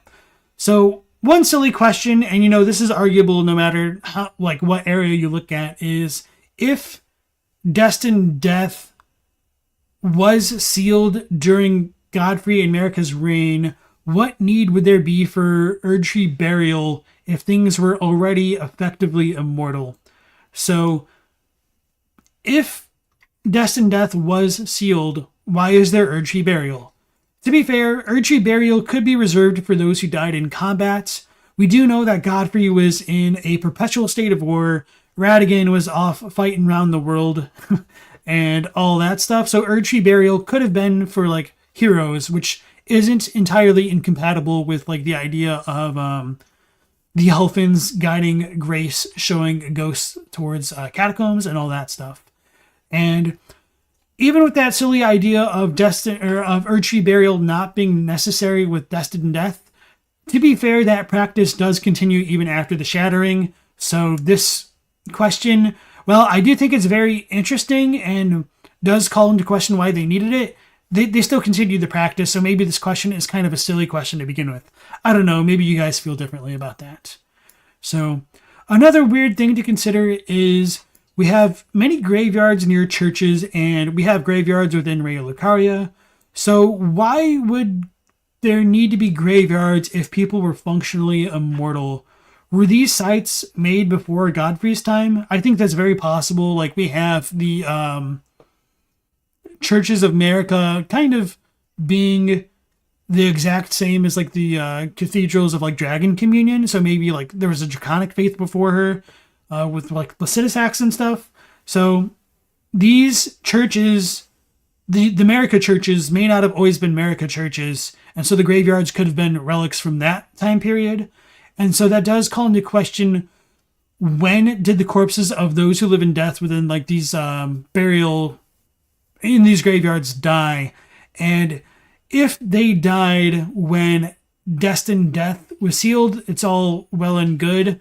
But why would their spirits linger on if Destined Death wasn't sealed when they were buried? I don't have a good answer for that, and it doesn't make sense whether or not Godfrey and Marika sealed Destined Death, or whether or not Destined Death got sealed when Radagon got the throne of Elden Lord under his belt. So what I mean by that is, we've got the Sun Realm shield having those who live in death throughout the lands between, which isn't the biggest deal. Like the Sun Realm could have potentially coexisted with Godfrey and Marika for a while and then got defeated by them. But we also have the weird Beastmen, those who live in death, Farum Azula. So when did those Beastmen die? Maybe it was after Godfrey and Marika, but Raya Lucaria has graveyards, was Destined Death sealed there. That could explain why their corpses reanimated, but their corpses could just be like puppets. It's all very questionable, and there is reason to believe that some of these corpses predate Godfrey and Marika's reign. And if that's the case, one question that I have about those who live in death in general is if those who live in death are like the ghost flame looking flames, and they just possess whatever they can. So they might just possess any old set of random bones as opposed to like their own bodies. Because interestingly enough, we don't get those who live in death of like beasts. Or sorry, no, let me rephrase that. We don't get like those who live in death like rune bears. We don't get those who live in death like dragons or anything like that. But I don't really think that's like meant to be like a super lore significant question. It's just kind of like what's mechanical versus what's gameplay. And it's just a little bit of a mess is what I'm saying. So definitely reason to doubt the idea of Destined Death being sealed and reasons to doubt it not being sealed. So all of that for nothing, right?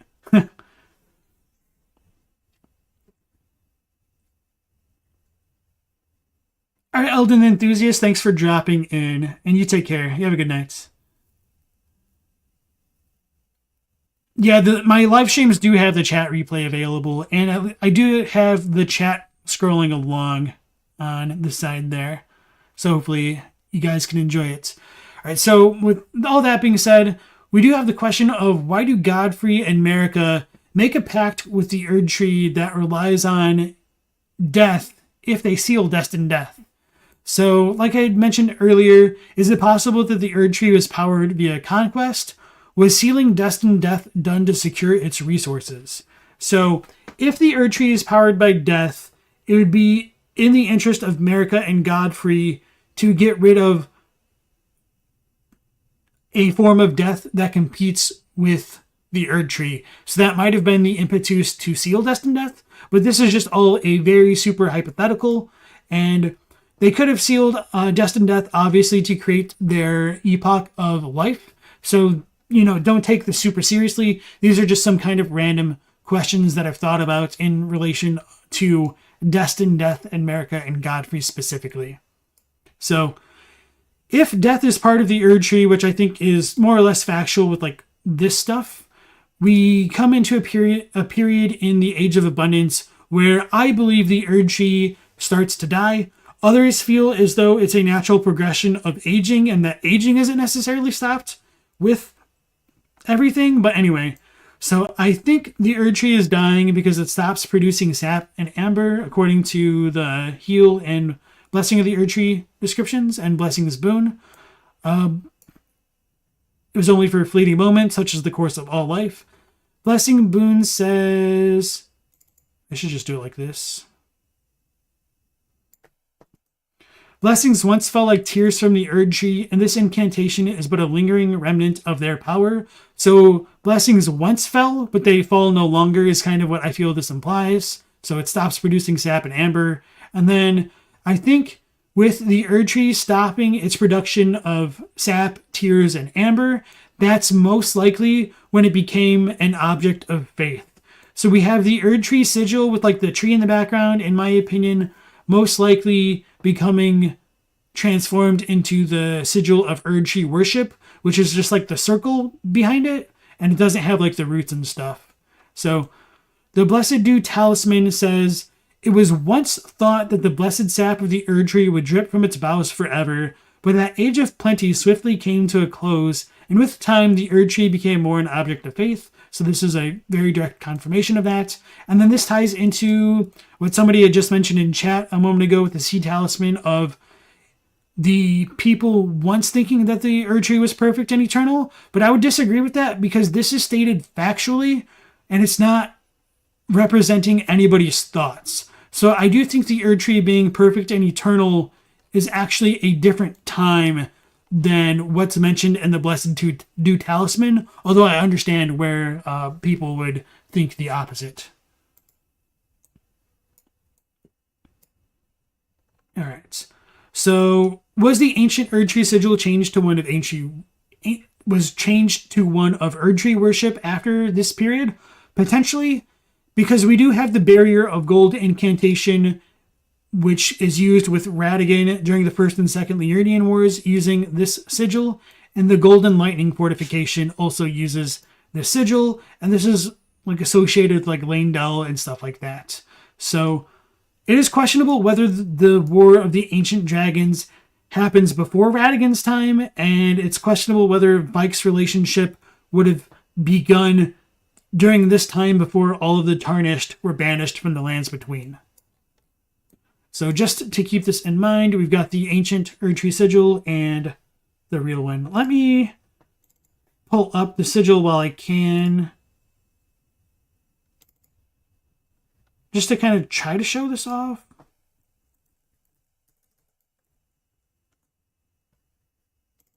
Oh, I don't think this is going to show it super well.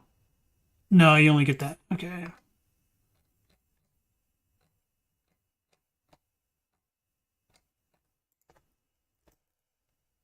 Oh, wait, I actually have my screenshots that I could just show directly. I'm so smart.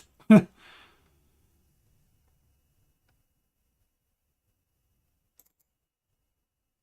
right, so Elden Stars has the Ancient Erdtree Sigil here. Maybe this is like the most ancient one. Is this the similar one to... No, I guess it's like missing the roots down here. And so it doesn't exactly match the ones that appear on the Omen Shackles. But anyway, that's the Ancient Erdtree Sigil, and Wrath of Gold is the what I call like the modern Erdtree Worship Sigil. So it doesn't have like the tree behind it, but it still like shows the Elden Ring, and this is kind of like a symbolic Erdtree rather than a more like literal version of it. So let's pull this back up, and let me hydrate again real quick.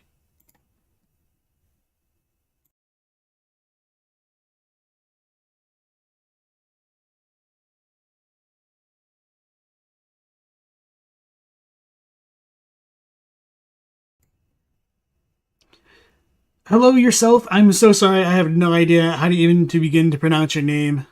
But welcome into the stream, and thank you for the compliment. Okay, so just to move on ahead, we've got the Erdtree dying, the sigil changing, and so this is my speculation, but it just kind of like passes the vibe check for me. Your vibes may vary. That I think with the Erdtree potentially dying, Marika may have felt compelled to find a way to extend her age of life, her age of the Erdtree here. And so I think this may have been her impetus to create or use Radagon, depending on your headcanon, to find something that can help extend her age, which might coincide with the Liurnian Wars and Radagon wedding Rennala. So obviously Radagon wed Rennala, and when he entered into marriage with Rennala, the Queen of the Full Moon, he joined the Carian line, which is super cool. Like, he becomes, so Rennala is still the queen, but so he's kind of lesser in relation to her in that family dynamic.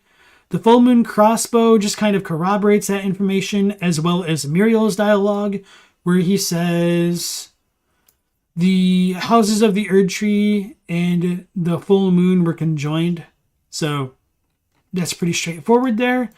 And I believe all of this is going to coincide with the end of the Age of Abundance, where the Erdtree no longer produces its sap and will transition into Radagon's time as Elden Lord.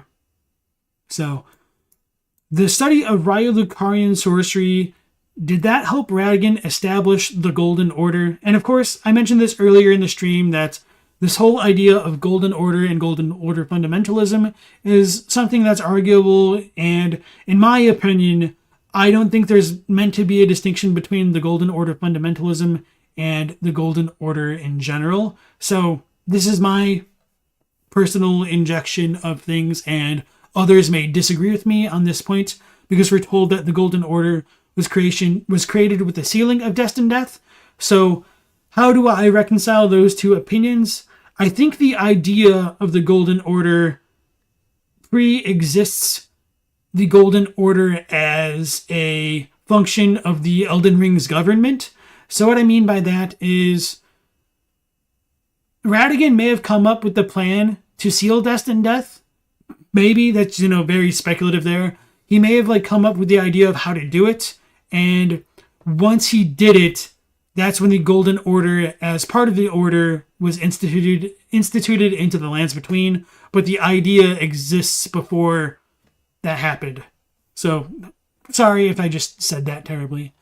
So, we do know that Radagon studied at Raya Lucaria, although it is technically potentially hearsay in Japanese, but really there's no reason to doubt it. So, my personal headcanon is that Radagon's Elden Rune was inspired by the Raya Lucarian sigil. I call this his Elden Rune because that's what it's called in the Radagon Sword Seal and the Scar Seal. And I believe this lattice structure is, turn it in, but use your own handwriting type thing. Change some words around with the Raya Lucarian barrier. So, the reason why I think this is a Radagon sorcery thing is that we get this lattice type thing appearing again. Actually, let me make this super big for a second. We get this lattice thing kind of appearing in the Golden Order Greatsword itself. And it says that telltale signs betrayed that this was once the Greatsword bequeathed to him by his first wife, Rennala. So, Radagon, what I think this is meant to symbolize is that Radagon takes Rennala's ideals and her knowledge and transforms it for his own goal, his own end, and he models what would become his Elden Ring based on her knowledge and sorcery. And all of the things relating to Golden Order fundamentalism is a literal and figurative marriage of intelligence and faith stuff. So it just seems very self-evident to me that those two would kind of work together in that way. His academic dishonesty.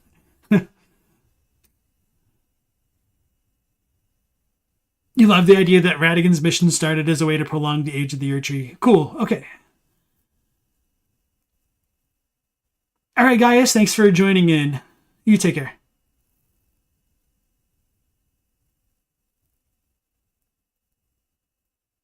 You really never question why does the Turtle Pope talk? Because turtles are wise, bro. Alright. So you agree on the Elden Ring reading? Okay, thank you. So next we have, once Radagon, had the Carian children with Rennala, there's a decent amount of time, enough for Rennala to have taught Ranni all of her sorceries and moon sorceries. Thanks to Teen Sith for pointing that out to me. Shout out in the chat to her. And we have Radagon then abandoning Rennala to go to Leyndell, and Marika declaring her support of Golden Order fundamentalism.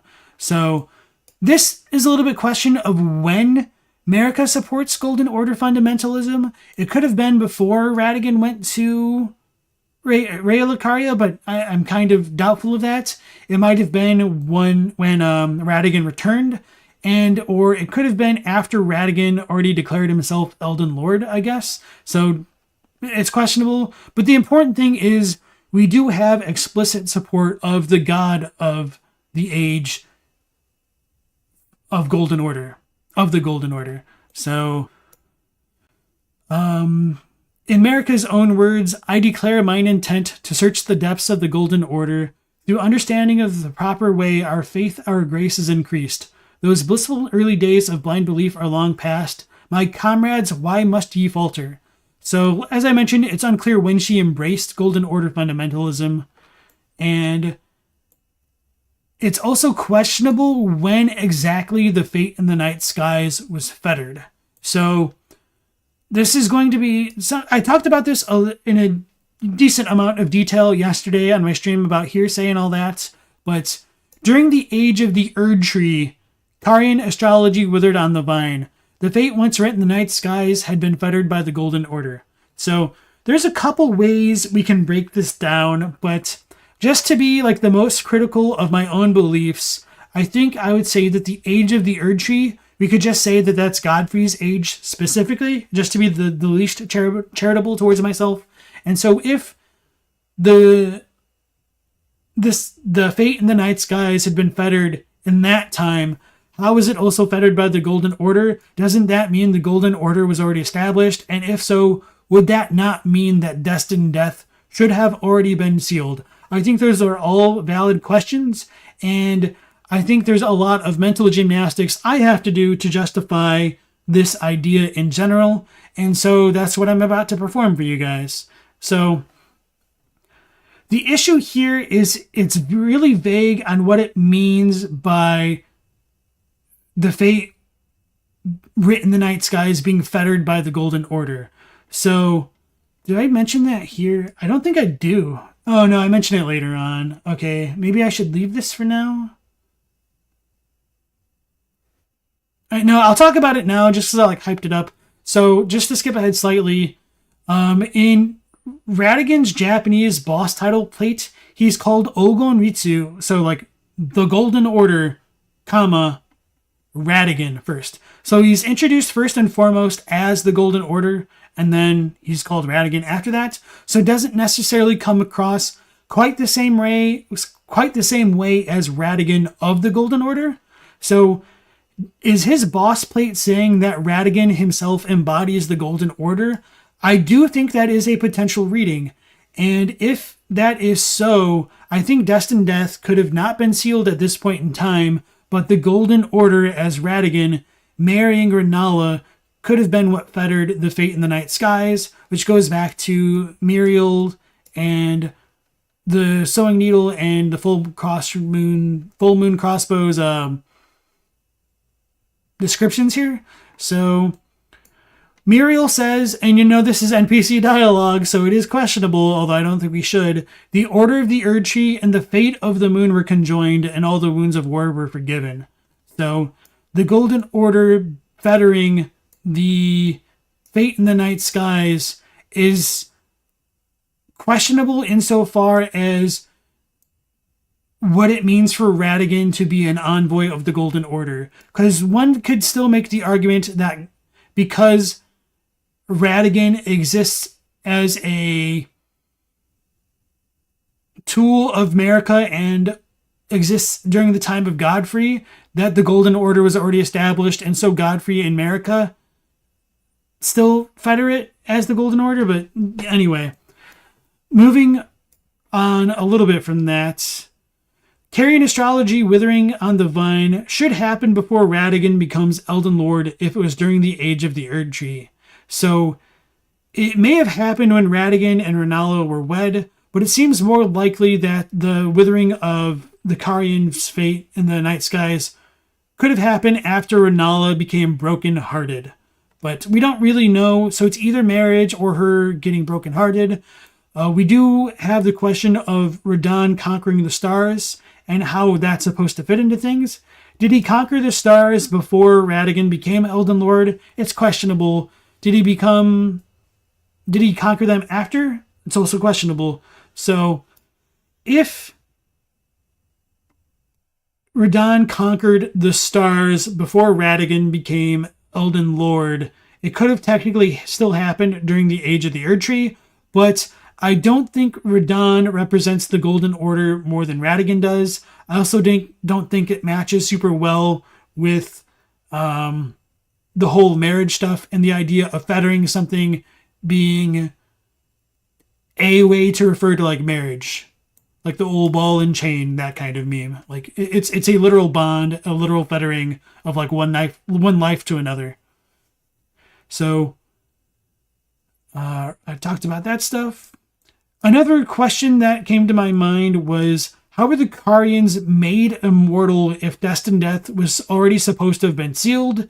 And obviously Destined Death may have not have been sealed. And so the whole idea of the Carians' fate being controlled by the stars and the Elden Ring and the Erdtree not initially controlling the fate in the stars, I think is very relevant to the idea of the Golden Order in general. And I'll talk more about that kind of soon here. Okay. So let me just check what you guys have to say real quick. Paul says, the opening cinematic cites that the Elden Ring commanded the stars, so it is possible that when the Elden Ring was shattered, they were open to attack from the stars and other worldly beings like Estelle. So I'm glad you brought that up. And so my rationale for that is what the opening cinematic is talking about with the Elden Ring governing the stars, I don't think that's wrong by any means. However, I think that is saying the current version of the Elden Ring, which in my opinion would be based on Radagon's control of it, because we do have, where's my mouse? We do have his Elden Rune showing up in the Elden Ring. It's literally like behind the Elden Ring depiction on like the title plate of the game. So at the point that Radagon becomes Elden Lord, I do think the fate in the night skies are fully fettered and actually governed by the Elden Ring specifically, but I don't think that the Elden Ring governed it at this point in time in Godfrey and Marika's reign.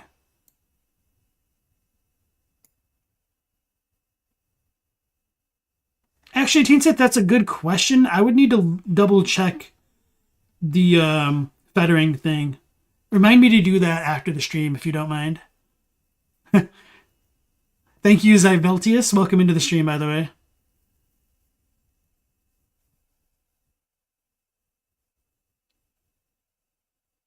NCR Ranger, welcome in as well. Okay, thanks. All right, now, what was I saying? Oh yeah, the whole fading the night skies. We'll go into that in more detail as well. So Godfrey, the Tarnished, and being banished from the lands between. So we have Muriel's dialogue telling us that, I can't zoom in any further, which is unfortunate. That's, I guess it looks okay in the preview here. Okay, that's, where are we? When Godfrey, the first Elden Lord, was hounded from the lands between, Radagon left Renala to return to the Erdtree capital, becoming Queen Marika's second husband and king consort, taking the title of second Elden Lord for himself, blah, blah, blah. So it's a little bit ambiguous as to the actual sequence of events here, whether or not Godfrey was still in the lands between before Radagon went back to Leyndell. I said that wrong. It's whether or not Godfrey was still in the lands between when Radagon was in Leyndell. It's almost the exact same thing that I just said.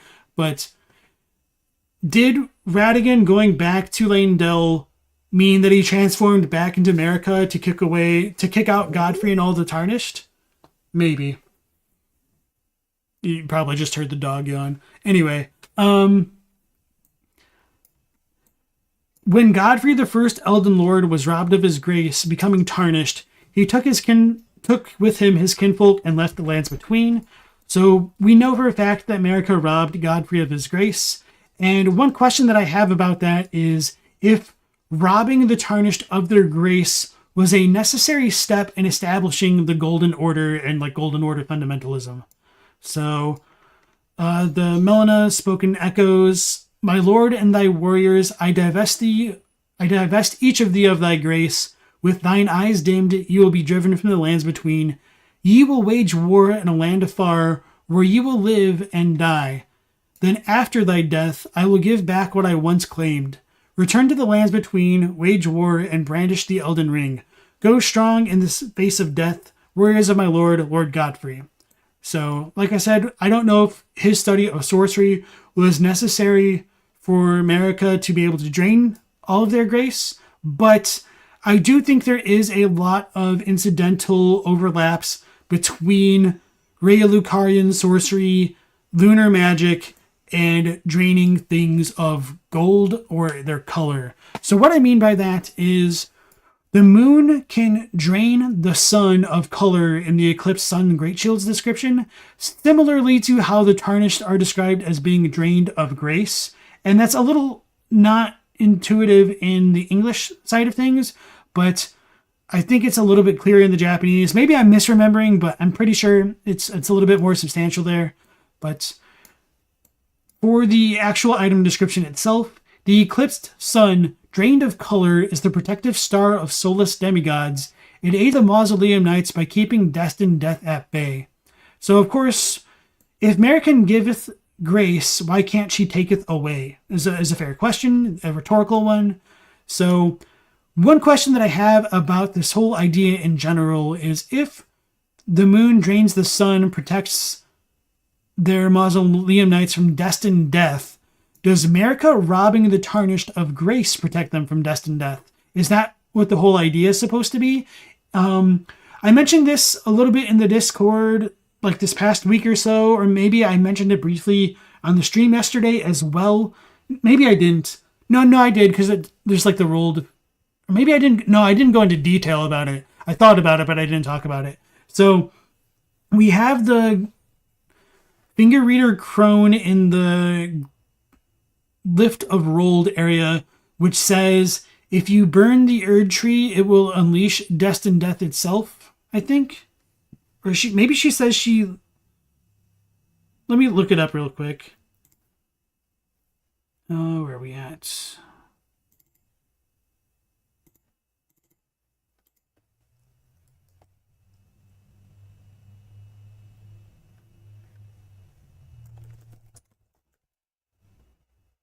Damn it. I don't want to like search Destined Death because it's going to take a long time to find it. Actually, do I have footage of this? This might be faster. Apologies for the delay, everybody.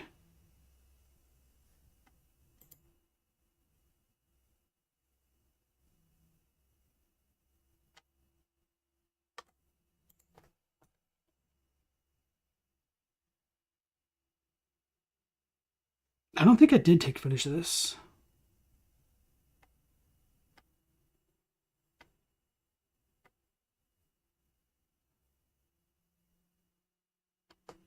Is this it? No. Okay. Okay, I don't think I have footage of it, but the... Oh, I could search a cardinal sin. That'll help.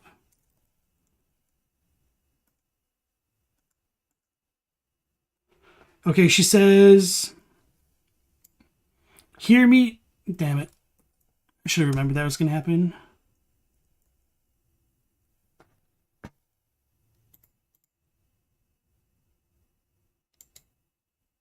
Hear me, the burning of the Erdtree is the first cardinal sin. Doing so will unbind Destined Death and slay the world itself. Was there another one? Or is this just different in Japanese? I'll need to look it up. But anyway, there's something in the game that says that... No, maybe this is different in Japanese. Where it says that the Erdtree has death sealed within it. And I've wondered if that is actually meant literally. That's something I think I just kind of like ignored for the most part because it was like a finger reader crone dialogue or something like that. But anyway, if death is actually stored in the Erdtree, that'd be really interesting stuff. I don't know entirely how I feel about it. I just kind of wanted to share that here while I could. All right, Sir Quillinus, welcome into the stream. Thanks for staying so long, or were you just like making a funny comment? And Mercy, nice to see you again.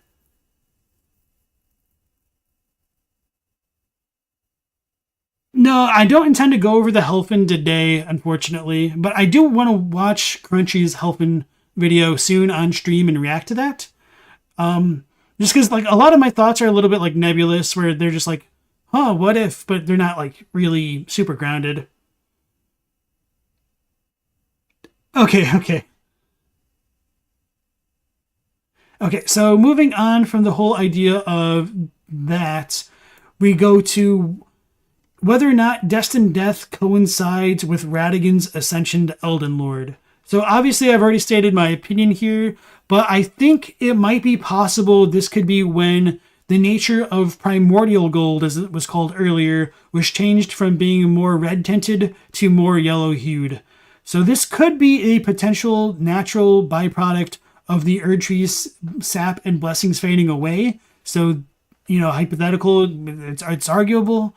And or it could be a byproduct of Marika taking the grace of the Tarnished, using Raya Lucarian sorcery to drain it of color, like how the moon drains the sun in the eclipse. And it could be something else entirely why the nature of gold changed, but we don't know. I do think it's likely that the red in the gold could relate to death specifically. So, if Destined Death is linked to the fate in the night skies, and that's a big if, Then was Destined Death not sealed until the after the Karian astrology withered on the vine? And then going along with that is, if Melina is linked to Destined Death, and if she was born at the foot of the Erdtree, was the Erdtree around when Destined Death still existed? So obviously this is very contingent upon how you feel about Melina and or her relation to Death and the Glowmide Queen. So this, you might disagree with the premises of this question, and if so, you can just kind of ignore everything that follows it. And either way, it might still be possible that Melina could have been born simultaneously at the foot of the Erdtree with the sealing of Destined Death and the birth of the Erdtree, but we don't really know that. And then if that's the case, I do wonder when Melina was burned, but I feel like this is just kind of an interesting question. No matter your take on Destined Death and everything like that, I don't have a good answer, but, just bringing this up as something to consider, more food for thought. And then again, if Destined Death was linked to the rise of Radagon, it does call into question how Marika and Maliketh fit into things, which I don't have a good answer because we're not given one. So I just tend to not try to answer those super open-ended questions because there's not enough textual evidence, I feel, to support or deny anything that I can come up with here. So I'll just leave that open-ended. My apologies if you wanted something more substantial there. So to tie into this next thing of Destined Death being removed with Radagon's ascension, it goes back to the idea of Radagon becoming Elden Lord and whether or not Radagon is the Golden Order. So we're told that the Golden Order was created by confining Destined Death in Ania's dialogue, as well as the Mending Rune of the Death Prince. And when Radagon becomes Elden Lord, I believe he integrates his rune into the Elden Ring. And this is contentious perhaps, but I think this is most likely when causality and regression were integrated into the order itself, because they're like the tenets of the Golden Order essentially. And I think this is when we get the marriage of intelligence and faith into the order with fundamentalism. And that might be possible that the whole fettering of the fate in the night skies became full-on solidified when Radagon became Elden Lord, but they might have still been sort of governed by Rennala to a certain extent before this, but she was kind of subjugated when she married Radagon, which kind of goes back into the telescope description. So it might only give us half of the story, but not the full thing. And of course, that's also the least charitable interpretation of the telescope. You might be able to argue that the Age of the Erdtree exists as a combined period of Godfrey's Erdtree, Crucible Erdtree, and Radagon's Golden Order Gold Erdtree. Which I don't think the Godfrey Erdtree wasn't gold. I'm just trying to differentiate them. So, right. In my opinion, integrating Radagon's rune into the Elden Ring should change the order itself. And one question that comes along with that is, why would Radagon ascend to the position of Elden Lord if there was no need to alter the order beforehand? Obviously, this is kind of a leading question, so what I'm trying to get at here is, I think there must have been a reason that Radagon became Elden Lord, and I think that reason was that Marika felt the need to alter the order. And in my head, it makes the most sense that her Erdtree was dying, she panicked and wanted something to keep the age going on indefinitely, kind of similar to how Gwyn linked the first flame in Dark Souls. So I don't know how you guys all feel about that. I could understand how it could come across as a bummer that they're just kind of repeating the same story beats between the games, but I don't necessarily think that's kind of what they're getting at, but nonetheless, just that's kind of how I feel things fit together between Godfrey's Age of the Erdtree and Radagon's coming Age of the Erdtree with Marika and everything. So, with Radagon becoming Elden Lord, I think he actually made the Erdtree perfect.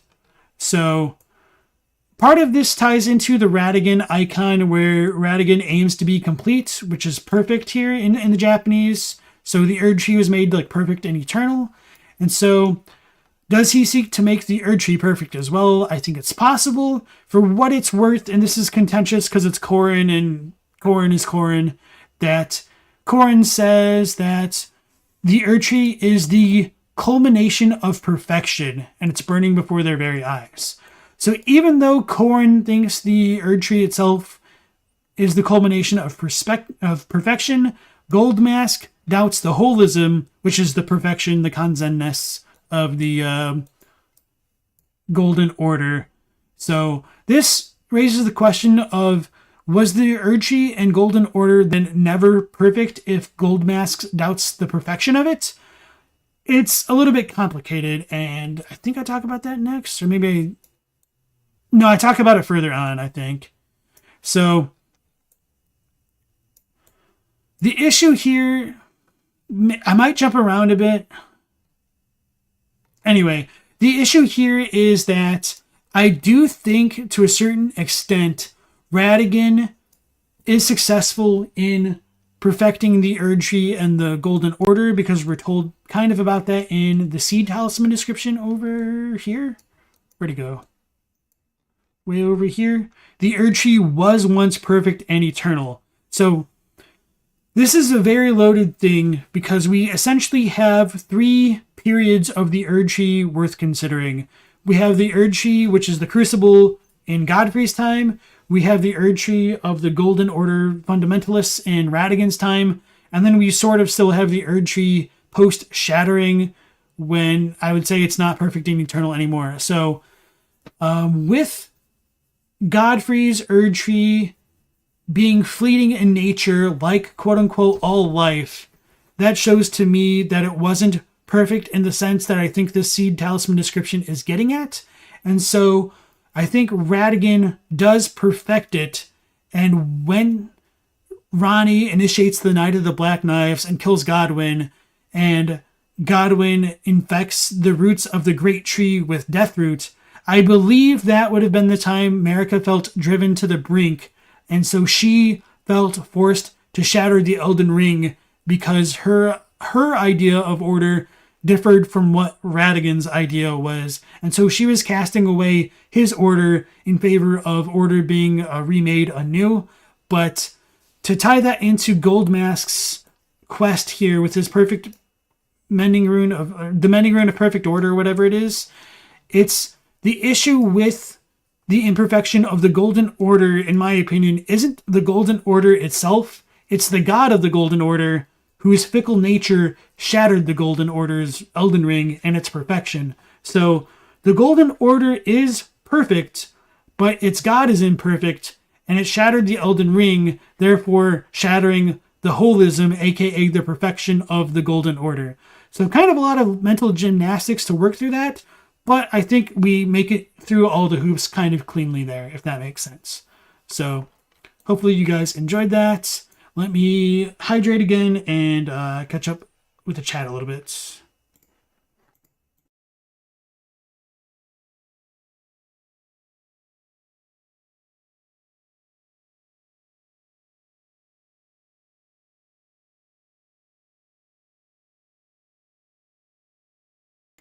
Zylvetsis, sorry, I just butchered that. You think it's interesting that both are referred to as the first sin in terms of like linking the fire and like the cardinal sin of burning the Erdtree? Yeah, that's kind of interesting. I didn't think about it that way either. I mean, I kind of did, but I just didn't think about it like that verbatim, I suppose. Do I think the Glomide Queen was Placidus Axe's god that was fled, maybe by Marika? That's a good question. I think it's very contentious, but my answer would most likely be no, because in my interpretation of events here, if Destined Death isn't sealed now in Godfrey's time, that would mean the Glomide Queen was still around after Placidus Axe's reign. But that's a good question nonetheless. Nothing to add, just impressed at how I'm able to keep track of all this nuanced lore. It's filing cabinets upon filing cabinets in my brain. It's like the SpongeBob meme, where I've forgotten everything else but fine dining or I've forgotten everything else but lore and breathing.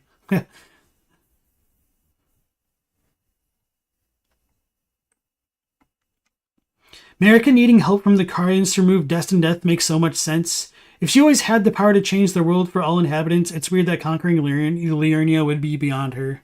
Well, I mean, we can still kill Radagon slash Marika ourselves, so she isn't like completely all powerful. Like, we can kill the Elden Beast, which is also not completely all powerful, which is, kind of really mind-boggling if you think about it, which kind of might go into Gideon's idea that you cannot kill a god, like he just can conceive of it. But thanks for those observations. Greater Will doesn't care as long as it has pawns to move. It's the super ego? Yeah, potentially.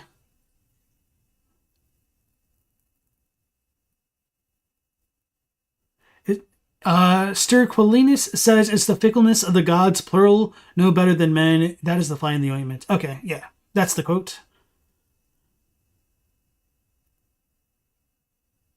Do I think Ranni having Godwin killed first was coincidental, or was there something else going on there? In your opinion, Ranni was supposed to marry Godwin. That's an interesting thought that never occurred to me, but it's kind of hard to say because there's just so many ways you could headcanon the interaction going down. I think it's possible you could say Ranni's initial goal was to discard her own corporeal flesh so that way she could be freed of the Two Fingers' control. Maybe Godwin tried to stop her and he just became collateral damage in her goal to free herself. That's kind of one reading that I personally enjoy. But beyond that, with Ranni representing the Black Moon and Godwin being indirectly tied to the sun in the Eclipse Hotel, I do think it's a possible symbolism thing where the sun gets covered by a dark moon in a literal eclipse that they might have been working with. But I don't exactly know how or why the Night of the Black Knives went down the way that it did. And I feel like everybody wishes we knew a bit more about that, don't we?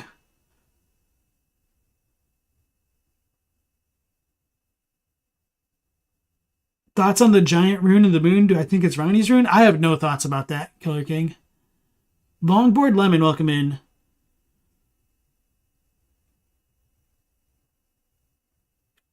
Do you think the Godwin death thing is his own, comes from the rune of death fragment, or an influence from the outer god? That's a very nuanced question. I think his being soulless is a product of Ranni using the rune of death. So he got by the rune of death, and then after that fact, the rune of death sprouted in his body as death root, which is just really crazy to think about. But yeah, I don't really know more than that. DZ, welcome in.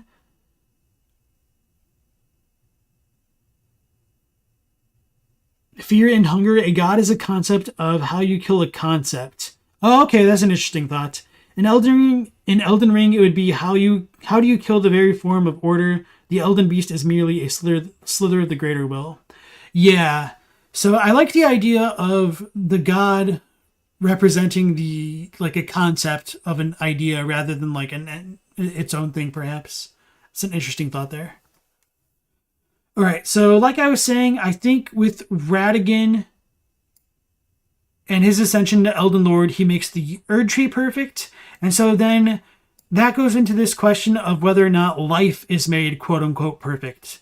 So, as I mentioned earlier, was the fleeting nature of life in the Erdtree sealed with Radagon's ascension to Elden Lord? Was the gold tinge... Okay. So let me just rephrase this so it doesn't sound so hackneyed. So, was the fleeting nature of life in the Erdtree sealed? In my opinion, gold-tinged excrement implies that there's a kind of stasis going on in the Lands Between, which I don't think was going on in the time of Godfrey, because we have the Age of Abundance coming to an end, the Erdtree being like all life, but gold-tinged excrement says it's a highly stable substance. It doesn't dry out, nor does it lose its customary warmth or scent. For better or worse, or for worse... Okay, I just didn't realize there's another 4 there. For better or for worse, it remains as it is. So I think golden poop is what I would say the second most important lore item in the game. A literal pile of crap being that important because it represents that the Golden Order is in a kind of stasis or flux. And I think the reason for that is because that is when Destined Death gets sealed, and it just kind of keeps things as they are, which is a very contentious statement because there is still sort of birth that goes on after the Golden Order is fully established. There's still some births after the Shattering, because Raya is a snake person that gets born after Rykard has already gotten his Great Rune and is eaten by the serpent, allegedly. But yeah, I'll just leave that alone for now. So anyway, to tie into this idea of Golden Poop's importance, we do have the Dragon Heart's continued vivacious beating, and that's because they have potentially gold within them because of the Gravelstone scales within the hearts, in my opinion. So like the gold in the scale in the heart keeps it beating, so it stays alive. So that might just be a property of gold in general, and it might not necessarily be like the Golden Order thing, but I think that idea is questionable with what I'd mentioned way earlier in relation to the Heroes runes, and that those who were blessed by the Erdtree, aka their gold, died despite those blessings. So I don't necessarily think that gold is intrinsically tied to just life in general, but I digress. And to go along with that whole idea of gold and Gravelstone scales and all that, the modern dragons are called Aenaki, so they're not eternal. I don't remember what I think they just call them mortal. Yeah, I think that's what they use here. So they call them mortal in English in the localization, but they're no longer eternal, which is kind of weird because if Destined Death is removed, shouldn't everything sort of technically be eternal? So modern dragons most likely existed in a time where never mind. I mean, they can still be killed, but it's, I'm just moving on. And then moving on from that, we do have the other forms of quote-unquote immortality present throughout the game. So the Sacred Relic Sword mentions that it's a sword wrought from the remains of a god who should have lived a life eternal, with Radagon more or less being transformed into the Sacred Relic Sword itself. This might be trying to say that Radagon should have lived a life eternal, but to be fair, this is contentious because Radagon isn't technically the god. So this could be a reference to the Elden Beast itself. So maybe Radagon was making the Elden Beast an eternal god with the Golden Order, and that's why the Two Fingers want us to restore the Golden Order. But anyway, we have the veteran set telling us that the aging general could not die, nor did he have anywhere to fade away. The aristocrat set says that they abandoned their birthplace after the Shattering, and these undead wanderers are the pitiful product of unending life.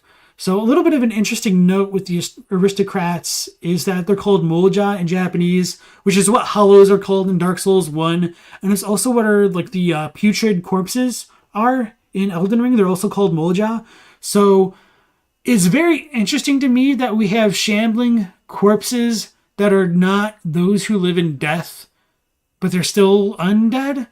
So I don't know when those dead died and when Destined Death was sealed officially, but anyway. We have Aghil's Flame, which says, the dead gazed at the skies over the lakes of Limgrave, praying that the dragon's flames would burn them to ash. So this to me could suggest that Death was burned in flame, which, oh no, big surprise, Ghost Flame tells us that. And the Deathrite birds were the keepers of Ghost Flame. So we do have fire being linked to death for quite a long time in the history of the Lands Between. I do think it's possible that the Altus Plateau's Altus Bloom flowers are based on the Celosia flower in real life, or the Coxcomb, aka the I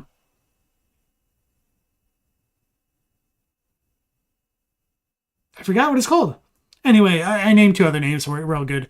And Celosia in Greek could mean like burn or burning, something along those lines. So there's a lot of ties between fire and death in Elden Ring, which I'm sure you guys are pretty much all aware of, with like the Black Flame, Ghost Flame, Death Birds, Spirit ashes, like how do you get ashes? You burn something. Ash unreturned to the Erdtree, and we'll talk about those a bit more later on. Now, these are all forms of immortality that might not necessarily coincide with like those who live in death, which isn't that big a deal, but we have Litany of Proper Death telling us that the role of hunters is to stamp out defiled reason, all for the perfection of the Golden Order. So this whole idea of perfect life and immortality, I feel, is more integral to Radagon's stuff, more specifically than like Godfrey and anything else like that. But I mean, all of that's still tied into Destined Death, obviously. But the important thing is like the idea of perfection relating to that, I feel, which I think is the Golden Order thing. And that's more of a Radagon thing, I guess. So hopefully that kind of clarifies what I was like fumbling around a moment ago. So the Litany of Proper Death could imply that the Golden Order isn't perfect. And I talked about this with the Gold Mask stuff a moment ago. I do believe that the Golden Order was technically perfect, but Mariko is the issue. So what I mean by that is those who live in death aren't necessarily against the principles of the Golden Order, despite what like Roger says. And I think Gold Mask and his ideology goes along with this, because Order Healing says, the noble Gold Mask lamented what had become of the hunters. How easy it is for learning and learnedness to be reduced to the ravings of fanatics. All the good and the great wanted, in their foolishness, was an absolute evil to contend with. Does such a notion exist in the fundamentals of order?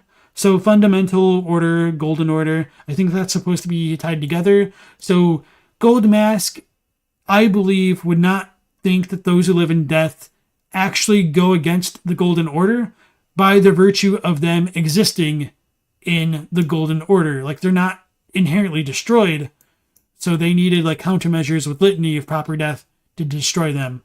So what this means is if Marika stayed the course, everything still would have been, technically perfect, but since she did not stay the course, she is a fickle god who is no better than men. So, according to his mending rune, the current imperfection of the Golden Order or instability of ideology can be blamed upon the fickleness of the gods no better than men. That is the fly in the ointment. So we talked about that. And then I already talked about the Sacred Relic Sword. Okay. So that goes along with the whole idea of the rise of the Golden Order in Radagon, making the Erdtree perfect, making life perfect, and how that ties into Destined Death. So after Radagon becomes Elden Lord, there is a period of time that's unspecified that elapses, and then eventually we get Miquella and Malenia. And before going into that, or no, maybe I will just because it's short, we run into the issue of life kind of running amok. And now, what I mean by that is it's questionable whether or not Miquella and Malenia might represent the ideals of Radagon's order, perhaps in a similar way to how Mohg and Morgott might represent Godfrey's Erdtree. So what I mean by that is, if the Erdtree is blending all life together and mixing it into everything, then you get like these chimeric amalgamations of the Omen and the Misbegotten in Mohg and Morgott. So if that idea gets applied to the Golden Order in a similar fashion, do Miquella and Malenia represent this idea of unending or like let's say boundless life? I think that's a better way to phrase it, because Miquella is granted eternal youth in a sense, and he's cursed to never fully develop, so he has boundless youth, whereas Malenia is granted eternal or boundless growth, which is kind of a curse because her boundless growth is essentially a cancer upon the world. So my question is, why do these become problematic only after Radagon and Marika's union? Obviously, there could have been the influence of the Outer Gods on Malenia. That's a little bit more questionable with Miquella. We don't know if he's actually being like controlled. There's the stuff with the Formless Mother to consider, but there's not a lot of direct ties between the two, depending on how you want to look at like the pelvis that he's like in the Mogan Palace mausoleum. But as I mentioned, they might be kind of physical embodiments of the current order, question mark. And then another good contrasting point is incest. Thanks, George. So to tie along with that, one question that I have is, or like one comment that I have is, it doesn't seem like Eternal Youth and Scarlet Rot, they don't exactly seem to be problems that existed quite to the same degree as the Age of Godfrey. So, while we do know that there's Scarlet Rot pre-existing Melania, it doesn't seem to become problematic until she comes back onto the scene and obviously like blooms around in a couple places. But that's kind of its own issue. And so did Melania's mentor, who taught her how to get hit and hit back, was he the dude who sealed the original God of Rot? And did that happen during the time of Godfrey? We don't really know, so I can't comfortably say that Scarlet Rot wasn't an issue during the time of Godfrey, but nonetheless, it seemed more contained, and to be fair, it might have still been contained if Melania didn't go berserk against Radon. So this is all pretty contestable, I feel. But hopefully you guys enjoyed that. So let me hydrate again and catch up with the chat.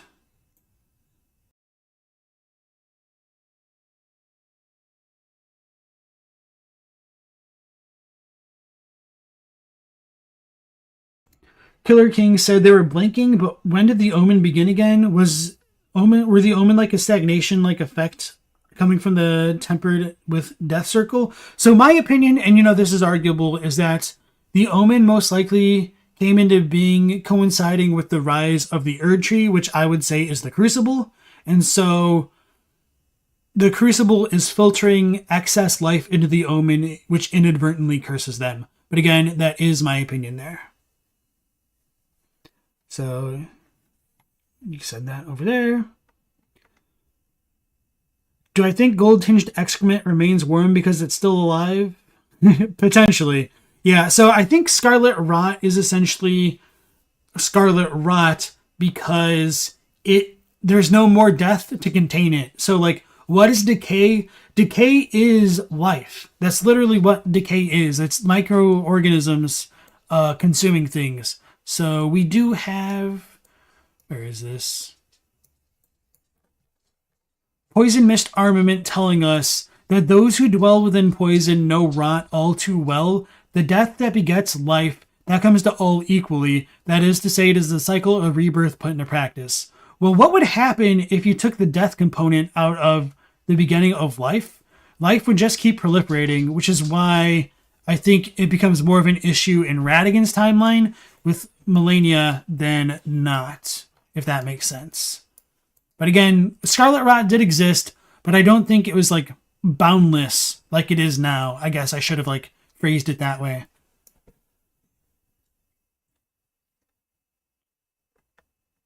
I'm cooking. Thanks.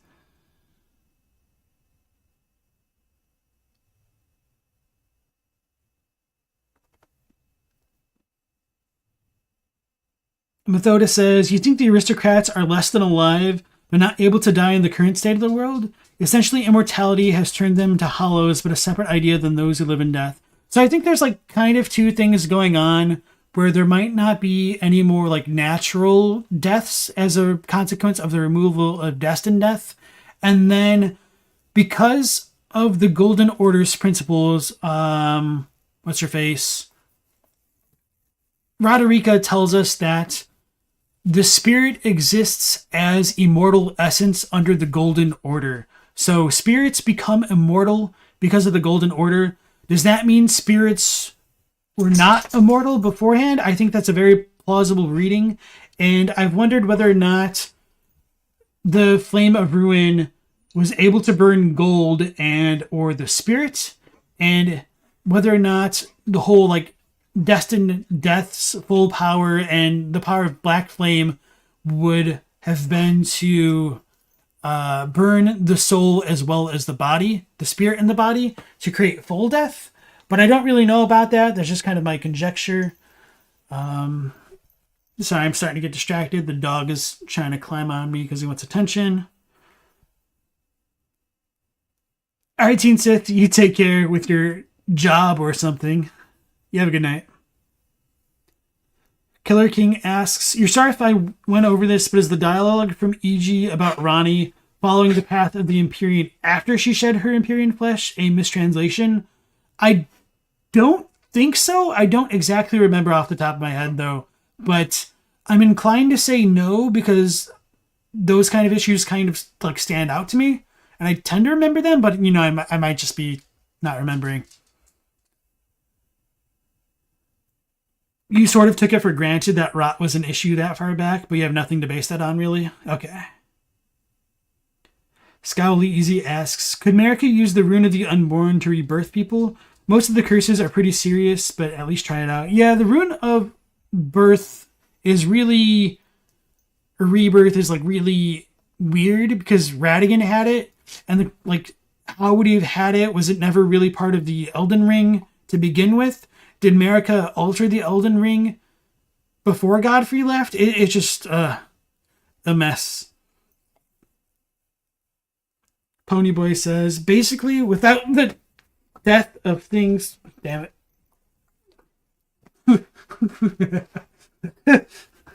Hold on. No, get down. Thank you. All right. What were you saying? Without the Rune of Death, things, life... Sorry. The life of things is getting stoppered up in its basic form instead of being recycled properly. Yeah, I do think that's a possibility. You wonder why Millennia's mentor would need to seal rot away then? I mean, it could be a similar thing to the way that Marika defeated the fire giants. And we do have the Glowmide Queen wanting to kill the gods. So there might have been just like a lot of conflict between the gods in previous eras. But good question. By the time of Radagon's Golden Order, things are starting to stagnate, and that might be giving the Scarlet Rot more presence in comparison to Godfrey's time. And I think that whole idea of stagnation ties into the sealing of death, because if death is sealed, that literally stops the quote-unquote cycle of rebirth put into practice gets stopped with the stopping of Destined Death. So that's literally the whole stagnation thing, which is like literally in all of the FromSoft games, the modern ones at this point, right? The real interesting question is, how are they going to fit in stagnation into Armored Core, right?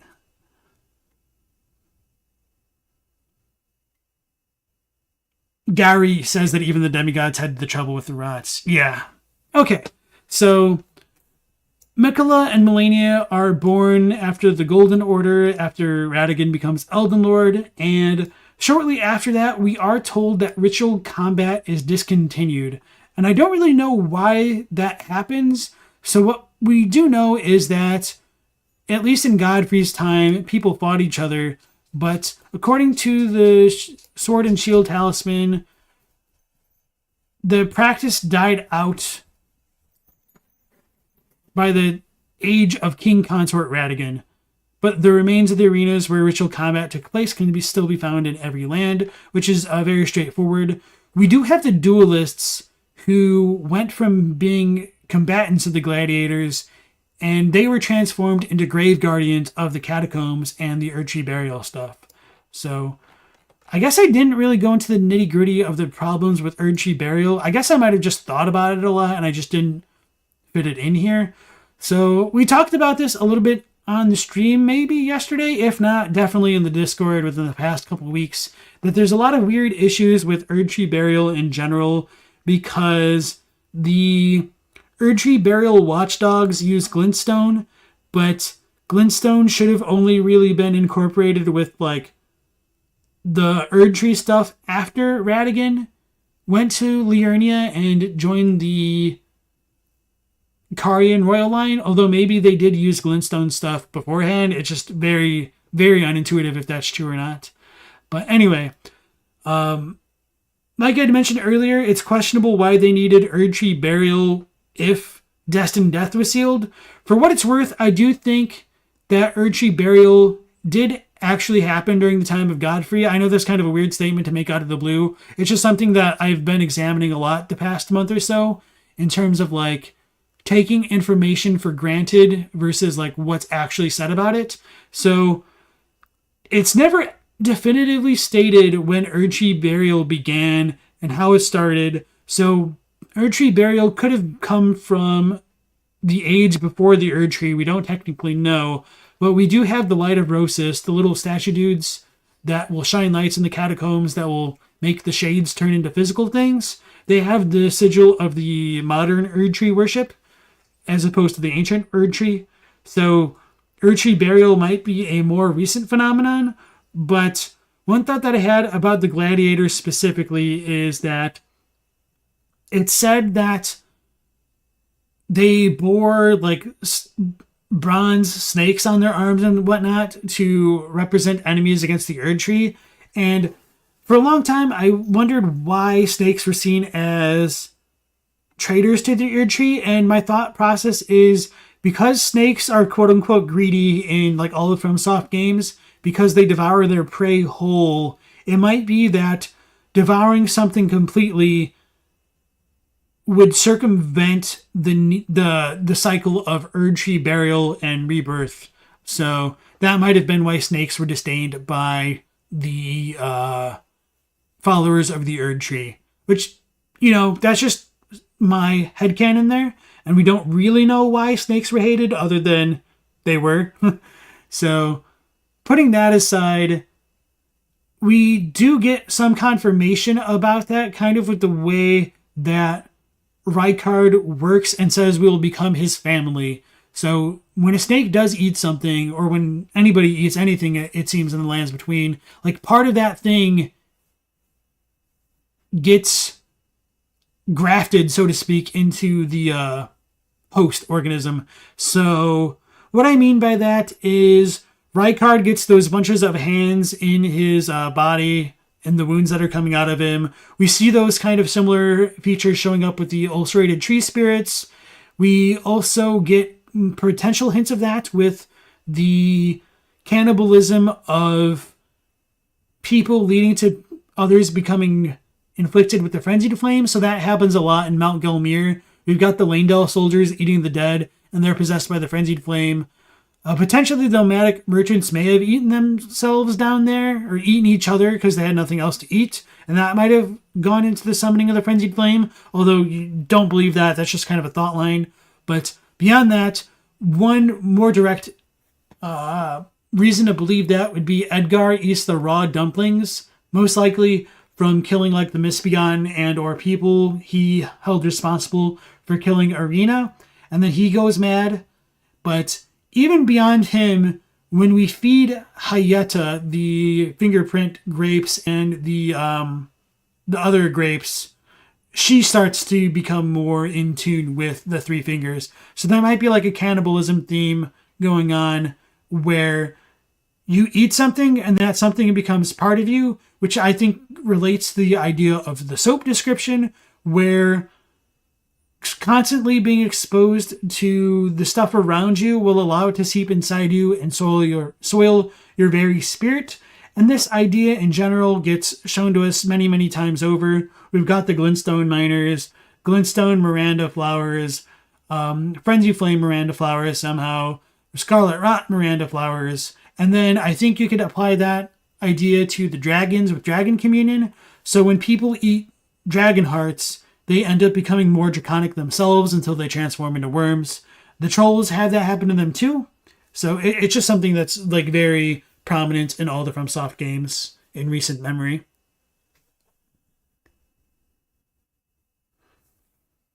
Killer King says, you think bodies literally can't decompose, or at least the bones, once the skeletons, without death, so they need to be physically returned to the Erdtree's roots. Not only that, we also have like literal piles of nondescript flesh and bone fusing together to become like oozes that you'll see in like the Writhe Blood ruins. You also see them above, like in many places of like Liurnia. They're filled with like beast bones and stuff, and they're just like blood, meat, and bones. And I potentially think that's what the jar men are made out of. Like they're made out of guts, and they kind of reanimate into their own beings, right? But there was cut content where it says like the jar men were the byproduct of research into eternal life, which also questions like, why do you need eternal life if Destined Death is sealed, right? So cut content might be cut for a reason, but who knows? Hey Siri, welcome back. You feel like you're getting a Zoom college lecture. You love it? Nice. The snake got bigger, you know, their jaws can unhinge and that's how it gets bigger. But no, more realistically, once it ate Rykard, it might have also eaten the shard of the Elden Ring that Rykard had. So it got infused with Elden Ring power and got big.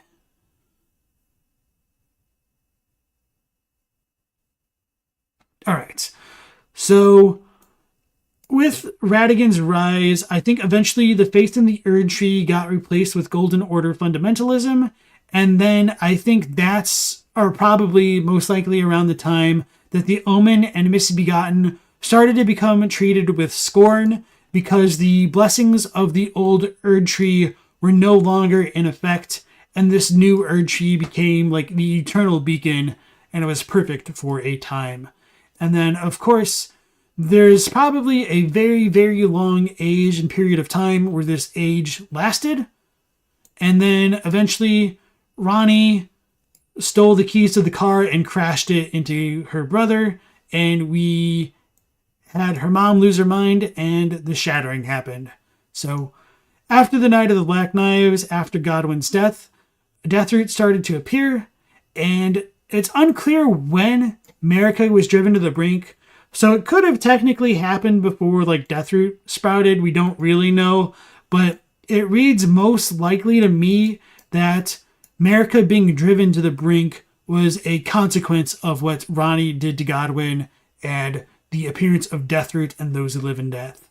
So my rationale for this is with Deathroot infiltrating the roots of the Great Tree and the Erdtree network, Marika didn't want death to come back into the Elden Ring itself. So if the Erdtree is connected metaphysically to the Elden Ring, then Deathroot, which is the rune of death, going into the Erdtree would go into the Elden Ring, and so death would be back in the Elden Ring, which she doesn't want. Sort of, but not really. Maybe? We don't know. So that's what I think is most likely to have caused Marika to be driven to the brink. But again, for the 1000th time, it is my headcanon there. So the Shattering happens. We have all the Shattering Wars. We have no idea how long the Shattering War happened and the demigods fought each other before the Two Fingers like discarded them and wanted the Tarnished to come back. So the Tarnished return, and that's just kind of the end of the timeline here. So I don't have this incorporated directly into the board, but one thing that I found very recently was that according to the Seedbed Curse in the Japanese description, it says not that the souls of the dead gets prevented from returning to the Erdtree, it's that death itself is prevented from returning to the Erdtree when it's cursed, which is very fascinating to me. And that might not seem like it has a lot of significance on its own. However, I did look into the Memory of Grace item, the thing that acts as like it'll return you to the sites of grace for all of your runes. It says in Japanese that the Tarnished are what's a good English equivalent for this? That they're dead, that they're dying, so like it says that the Tarnished are dying, like they're in the state of death. So in the opening cutscene, we have the narrator saying the Tarnished are ye dead who yet live.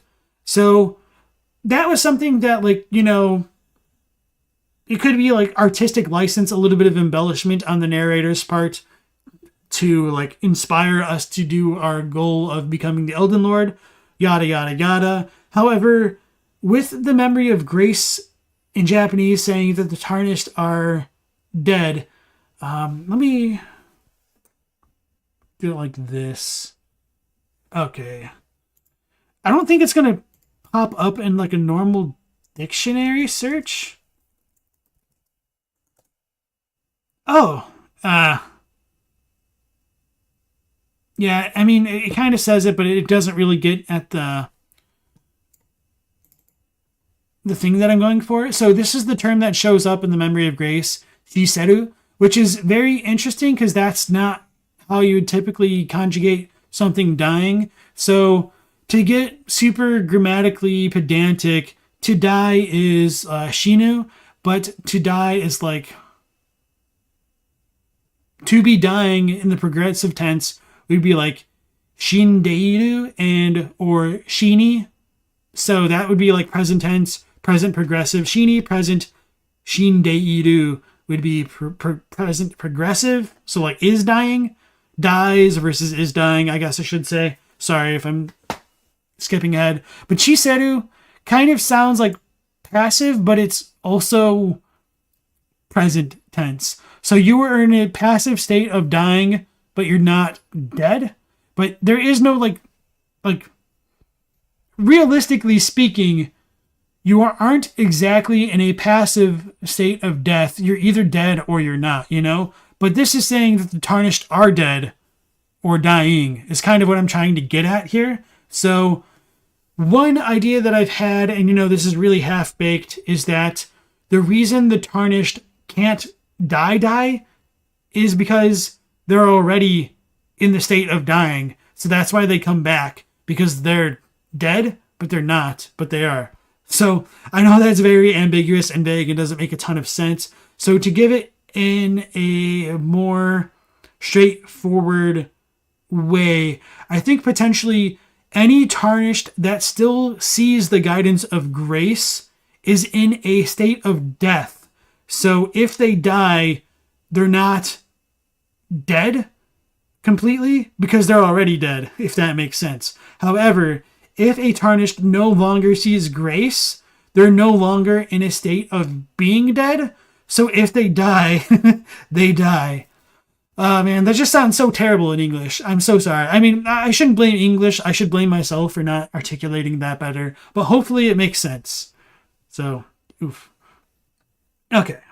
Going back to you guys. And yeah, that's pretty much it for this. So thank you all for sticking through this. I really appreciate it. And hopefully that will clarify some of my thoughts about everything. I will read what you guys have to say in the chat, and then I'll like summarize stuff again super quickly.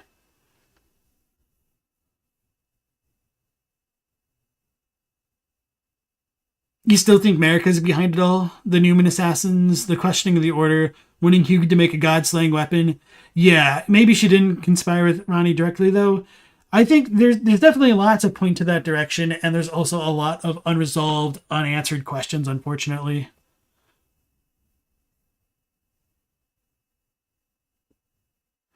Considering the size of the minor Erdtrees, the Shattering must have happened quite a while ago.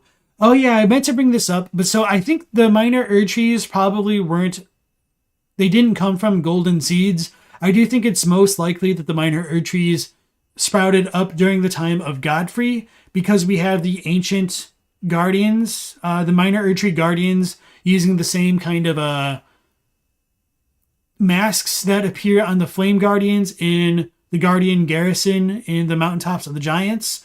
We also have the Erdtree avatars using the ancient Erdtree sigil, which obviously I do believe that the Erdtree avatars sprouted after the Shattering.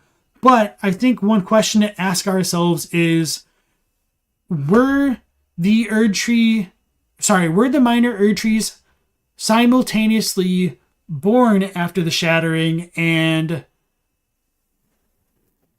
did they also simultaneously sprout the Erdtree avatars at the same time? I don't think that really works. So I don't think the Erdtree during the time of Godfrey needed seeds, and so I think the minor Erdtrees are all part of that interconnected root system, which I mentioned way earlier at the beginning of not the beginning of the stream, because I forgot to talk about it, but in the middle of the stream somewhere.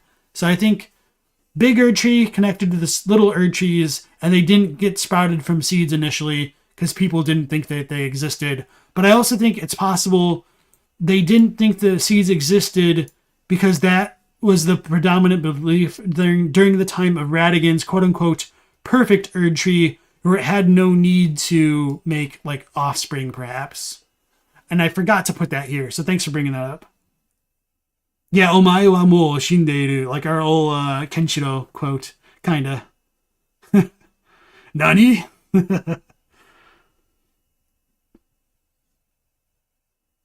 Yeah, and then maybe Marika didn't want death to be part of her.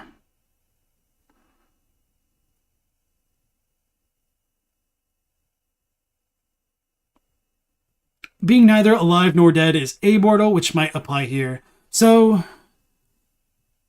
yeah, that might be a decent way of describing it. Dope interpretation of the Tarnished immortality makes a lot of sense. Thank you. And also, welcome back to the stream.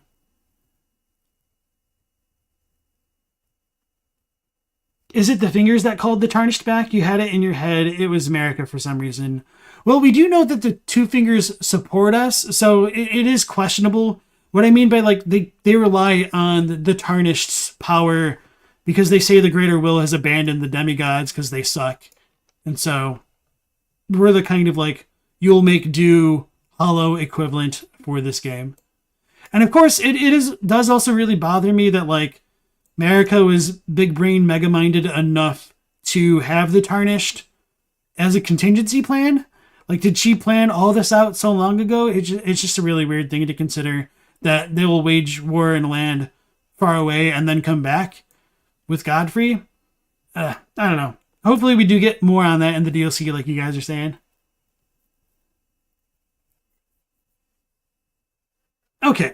So that's pretty much it for this thing. Just to give a very quick summary again, the Great Tree is the Erdtree. This is a fact, which I know a lot of people are disappointed about, but this doesn't necessarily mean that there wasn't a different kind of tree before the Erdtree, perhaps the Helfin or something else. We don't know, but the Great Tree doesn't exactly exist in Japanese, and it is a specific reference to the Erdtree. The Crucible is the Great Tree, which is the Erdtree that existed during the time of Godfrey. And I believe that the Crucible was created with Godfrey as a byproduct of it being the Erdtree. And that goes along with the Age of Abundance. And during this time, the Erdtree was affected by death, and it was like all other forms of life. And then when Radagon became Elden Lord, he may have used the power of Raya-Lucarian sorceries to truly fetter the fate in the night sky and use it to either drain the Tarnished of Grace or used it in some other way to seal Destined Death with Marika and Maliketh and Shadows and all that.